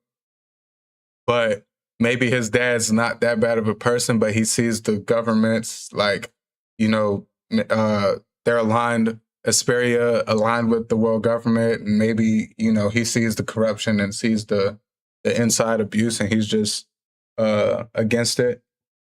It did make me think more into the future on, what potentially happens, but because now we do know Asperia is no longer a country anymore. So, it makes you think, was there a buster call? Was it a similar incident to even Lelouchia? Because I don't know if it's like a forgotten kingdom or if it's just a kingdom that got destroyed, similar to O'Hara. But it does make you think like more into what his personal grudge with the world government could be, and does this potentially tie into what happens in the future, or is that just unrelated? Last thing I wanted to touch on this page was just you kind of see a little bit of a hint of Brooke's fighting style, the fencing type style. You see it strongly in Kendall in her form. Reuben kind of has a weird two-sword fencing style, which I think is very interesting. Yeah. But you do, I think that is cool, and I think you do kind of get a sense of, okay, cool. Like now you see the roots of Brooke's fighting style and what he learned, and I wonder if it's starting to, like, bits and pieces are starting to line up. Like a lot of people are running the theory of if Kendall has any connections with the Holy Knights. We see Brooke's fighting style. We see he now has the similar ice swordsmith style to Juro. We've seen the comparisons in that. And then now we're saying that Kendall was probably a heavy influence, or maybe this was a heavily influenced style amongst this kingdom, which could be, her being the commander of the battle convoy. Maybe she's teaching the style or whatever. Hey, it just adds a little bit of fuel to that theory. But I do think that was interesting. And I think it was cool. I think it's cool that even in drawing that you can kind of see different fighting styles Like Oda, Yeah. Oda does a good job with that. But that was all I had for this page. And we obviously see Brook point out their sword fighting. That's so cool. Yeah. We kind of get it back to back. Just the world government stuff. Are we on next page or still this page? No, still this page. Okay. Reuven having his grudge, and then how he feels about the government, and then right after we get Kendall saying, "I am your trusted blade." You think she has it's just all too similar from stuff we've heard. You think Kendall? I don't. It's giving me the vibes of Kendall could be Holy Knight or maybe a CP9. I don't know. My own headcanon, like I'm your trusted blade. That kind of hits too close to some world government lingo, Yeah. Is it like, and I'm also getting like Water 7 vibes. I'm like, the dump is just all. I don't know. Okay, I like that. Yeah, I never really thought of it much like that, because I feel like I've heard Trusted Blade, not in the sense of One Piece, but just even like, we're big Game of Thrones fans and stuff like that. I feel like that's just something that people say when they're like, I am your, like, I will kill for you, pretty much. Yeah. And I assume that's kind of what the battle convoy, obviously they kind of are protectors of, the whole kingdom, but maybe a direct line to the king and the prince. But it could, we have seen, how even what is Gunko considered the Emu? God's Blade, right? Yeah, so I mean that's kind of like a direct. I mean, Gunko is Shuri, who is the God's Blade of Emu. So, and she's the trusted blade of, or she's calling herself the trusted blade. So, I didn't think of that. I like that you point that out.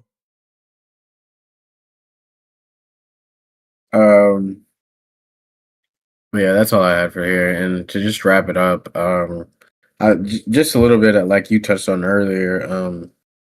Prince Reuven as a character really turned around for me. I took him for a bit of a jackass / like a obstacle for Brooke, even knowing like previously Brooke said he saved my life, but still, just the way he came off as a king, which is expected. Maybe he's been out of commission for a while and he's used to all the, Mm-hmm.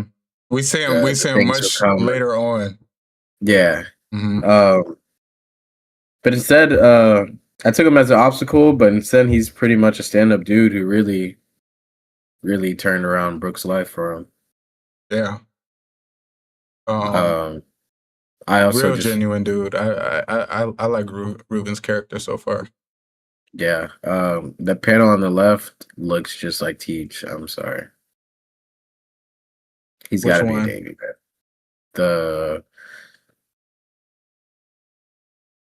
And make it so he can attend school right there. He's my favorite musician and stuff right there. He looks just like Teach, bro. You think it's funny because like at this point I don't know if Oda's just running out of styles on how he's messing me up, bro. Like these people look too similar, bro. Yeah, and yeah. I see it too. I've seen it. I seen it when I was reading this chapter. I tried to disconnect my mind from going there so much because I'm just trying to take it for what it is now. I just don't know how, like, I like the theory, I like the idea, but like there's absolutely nothing to tie it in except looks right now. Whereas Kendall, we're getting a little bit more stuff to where it's like, okay. And hey, even just to add fuel to that, like we know the Davies, we know they don't want to be found. Maybe maybe she could be spying, similar to how Garland was. You know what I'm saying? That's the route that I've heard about. Because when Garland too. had found out about, next thing you know, God Valley ain't nowhere no more. Hesperia. Man, come on, Kendall. Come on now. Oh, there is stuff there. Maybe she was sent there to really find the true identity of Reuben or Reuben's family. See if that's part of his maybe. It feels odd because we're seeing a lot of the resemblances in Brooke as well, like to a young Teach and stuff, and then obviously we're seeing the Brox and Teach similarities in Reuben as well, and obviously they're not related. Let me find out. So. We don't. I mean, we still don't know Brooke's parents or not. I don't know. Don't let me find out. Kendall hasn't aged neither. I know Oda does, draws his women a certain way. Yeah, it's common among the women not showing too much age, but even still, either not showing too much or showing hella age. It's either like I don't know, Kendall looking too similar between chapters. But also, that's all I had. At the same time, I do feel like since she's already an adult, I feel like there's a certain period in time where adults just like look like themselves, no matter what, no matter how long the time passed. So, and she's a fighting adult. Like she's clearly a strong, battle sensed fighter. So, I think that may help her case. But yeah, overall, I don't know. I'm gonna give it a Warlord. What you think? Yeah, it's one of the shorter chapters that we've had in a very long time. It's in the top 10 of shortest all-time manga for Oda, but I'll give it a Warlord as well. Not too much here, but the story is filling out, as we'll say. So yeah, I expect some big events to occur in the next chapter. I hope so, because I'll give it a Warlord as well. We're kind of right in the middle of the nitty gritty, and I really hope that we're not just getting fluffed out with a weak backstory. I really hope it turns out, which I expect to. Gunko's appearance, like, obviously is a big thing. And that's pretty much what sparked this whole flashback. So I do expect it to completely come together and tie in, and we get some big reveals about Brooke and Gunko's past. I'm interested. Brooke's old. Maybe we get to see a figure of the past. A young pirate, young Rod, young someone. I was thinking about that too. I don't think he would. I was thinking more Rocks than Roger. Yeah, a little older than Roger. A little older than Roger, and I feel like Roger, like it would kind of make sense for Brooke not to bring up that he encountered Roger before. Whereas Rocks, nobody really knows about Rocks to where it would be like, oh yeah, I met Rocks before, but I feel like Roger would be like, damn, you met him and you never said nothing, or he was on your island before and you never said something like that. I just feel like it would make a little bit more sense. But even if it's not even a pirate, maybe someone else.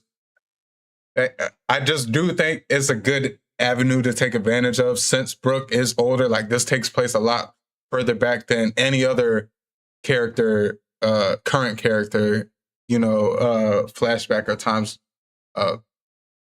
flashback or backstory that we would get. So,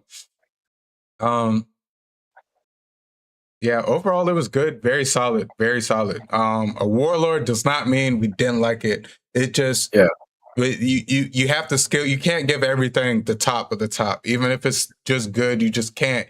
We have to save those for the really special chapters, the really special episodes.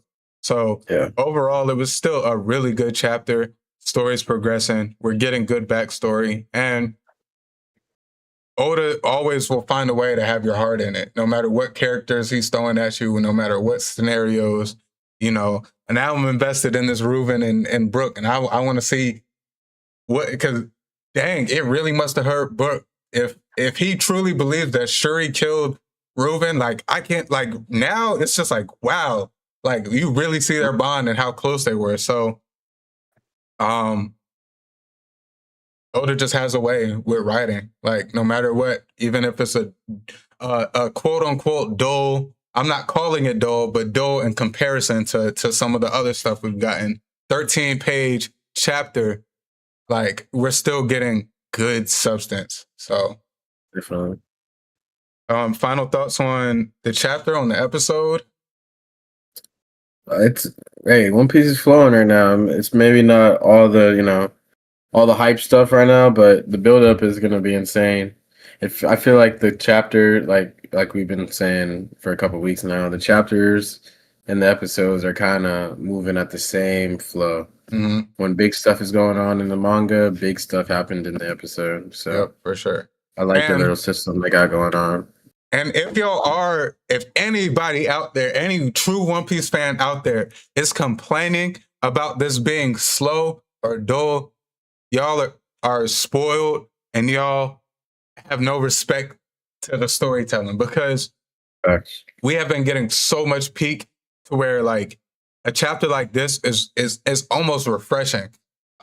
Mm-hmm. Don't get me wrong, I would have preferred, like, action and the big bads, and we're seeing all the names, but stuff like this, it still shows you that how good Oda is at tying in backstories, tying in people's past and different connections, making it all come together. And this is a great building block chapter for a lot to what we get. This is a very emotional chapter in terms of just seeing the traumatic events of Brook's childhood. So I just think it's unfair to anybody out there. I haven't seen it, but if there is anybody out there who's discrediting what Oda's given us, animation side or manga side, I just think it's unfair to Oda, because Oda and everyone involved in production and all this, because we're getting some good quality. And anime is about to go stupid pretty much nonstop from next week on. Yeah. And then manga, y'all know we're right where we're in the middle of it. So no matter what, we get a break week, we don't get a break week, we get a backstory, we don't get a backstory. We're in the thick of it right now. So there should be no complaints from nobody. But man, it's great. I'm enjoying it. I'm enjoying being here with y'all, being here with Ja, being able to really talk about it and experience it, all of us together. Without further ado, that's going to wrap up episode 28 of the Poneglyph Podcast. We're almost at a full 30 piece. But we appreciate y'all for tapping in. This is the Poneglyph Podcast, where we decode the world of One Piece and anime, one poneglyph at a time. Make sure y'all smash that like button before y'all leave out of here. Whether y'all live with us or on the VOD, we appreciate y'all. And subscribe if y'all are new. And if y'all are on audio platforms, we appreciate y'all as well listening to us on the go. That means a lot. Make sure y'all give us a 5-star rating when y'all get the opportunity, and a good review. We'll make sure to get back to y'all. So check us out on our social media platforms, TikTok, Instagram, YouTube Shorts, all of that. We will be dropping a lot. I have a lot in the vault. I'm still going to continue to edit these episodes. I'm in the process of moving. So the next episode, at least, will be another off-scheduled one. And the shorts will be coming out periodically. I will, since I have them on my phone, I will try and upload those a lot more frequently in the meantime. And maybe even I have a few anime reactions from my main channel that I'm going to collab with this channel also in the meantime as well. But we appreciate y'all so much. This is the Poneglyph Podcast with the PNG boys. I'm your host, Jay, aka Milky Way Jay, along with my brother, my co-host. I couldn't do it without him, Ja. Appreciate you for another week, another episode. Guys. Appreciate you. Y'all, we will catch y'all on the next episode next week for episode 29. We are going to have a great episode to react to. Hell yeah. We should have a really good chapter to break down as well. Those of y'all, I have had a few people message me real quick about snow. I didn't know y'all was y'all was rocking with snow as much as y'all was.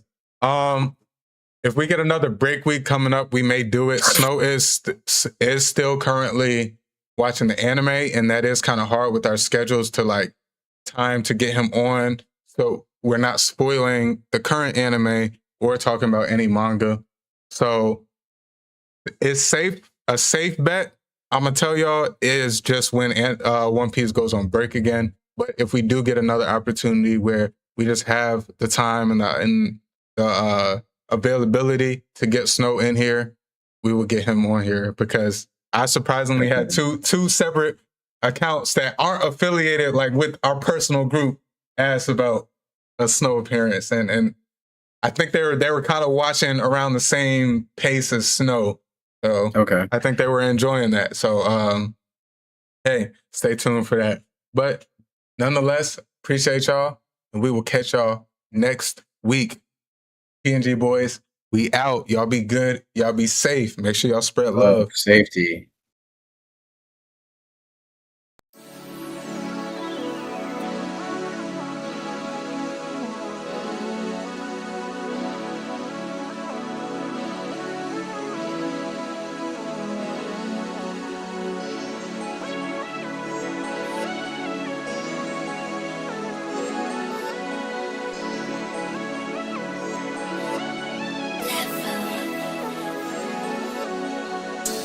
If you're not feeling it, be honest. I'm dashing in the coupe and going Sonic speed.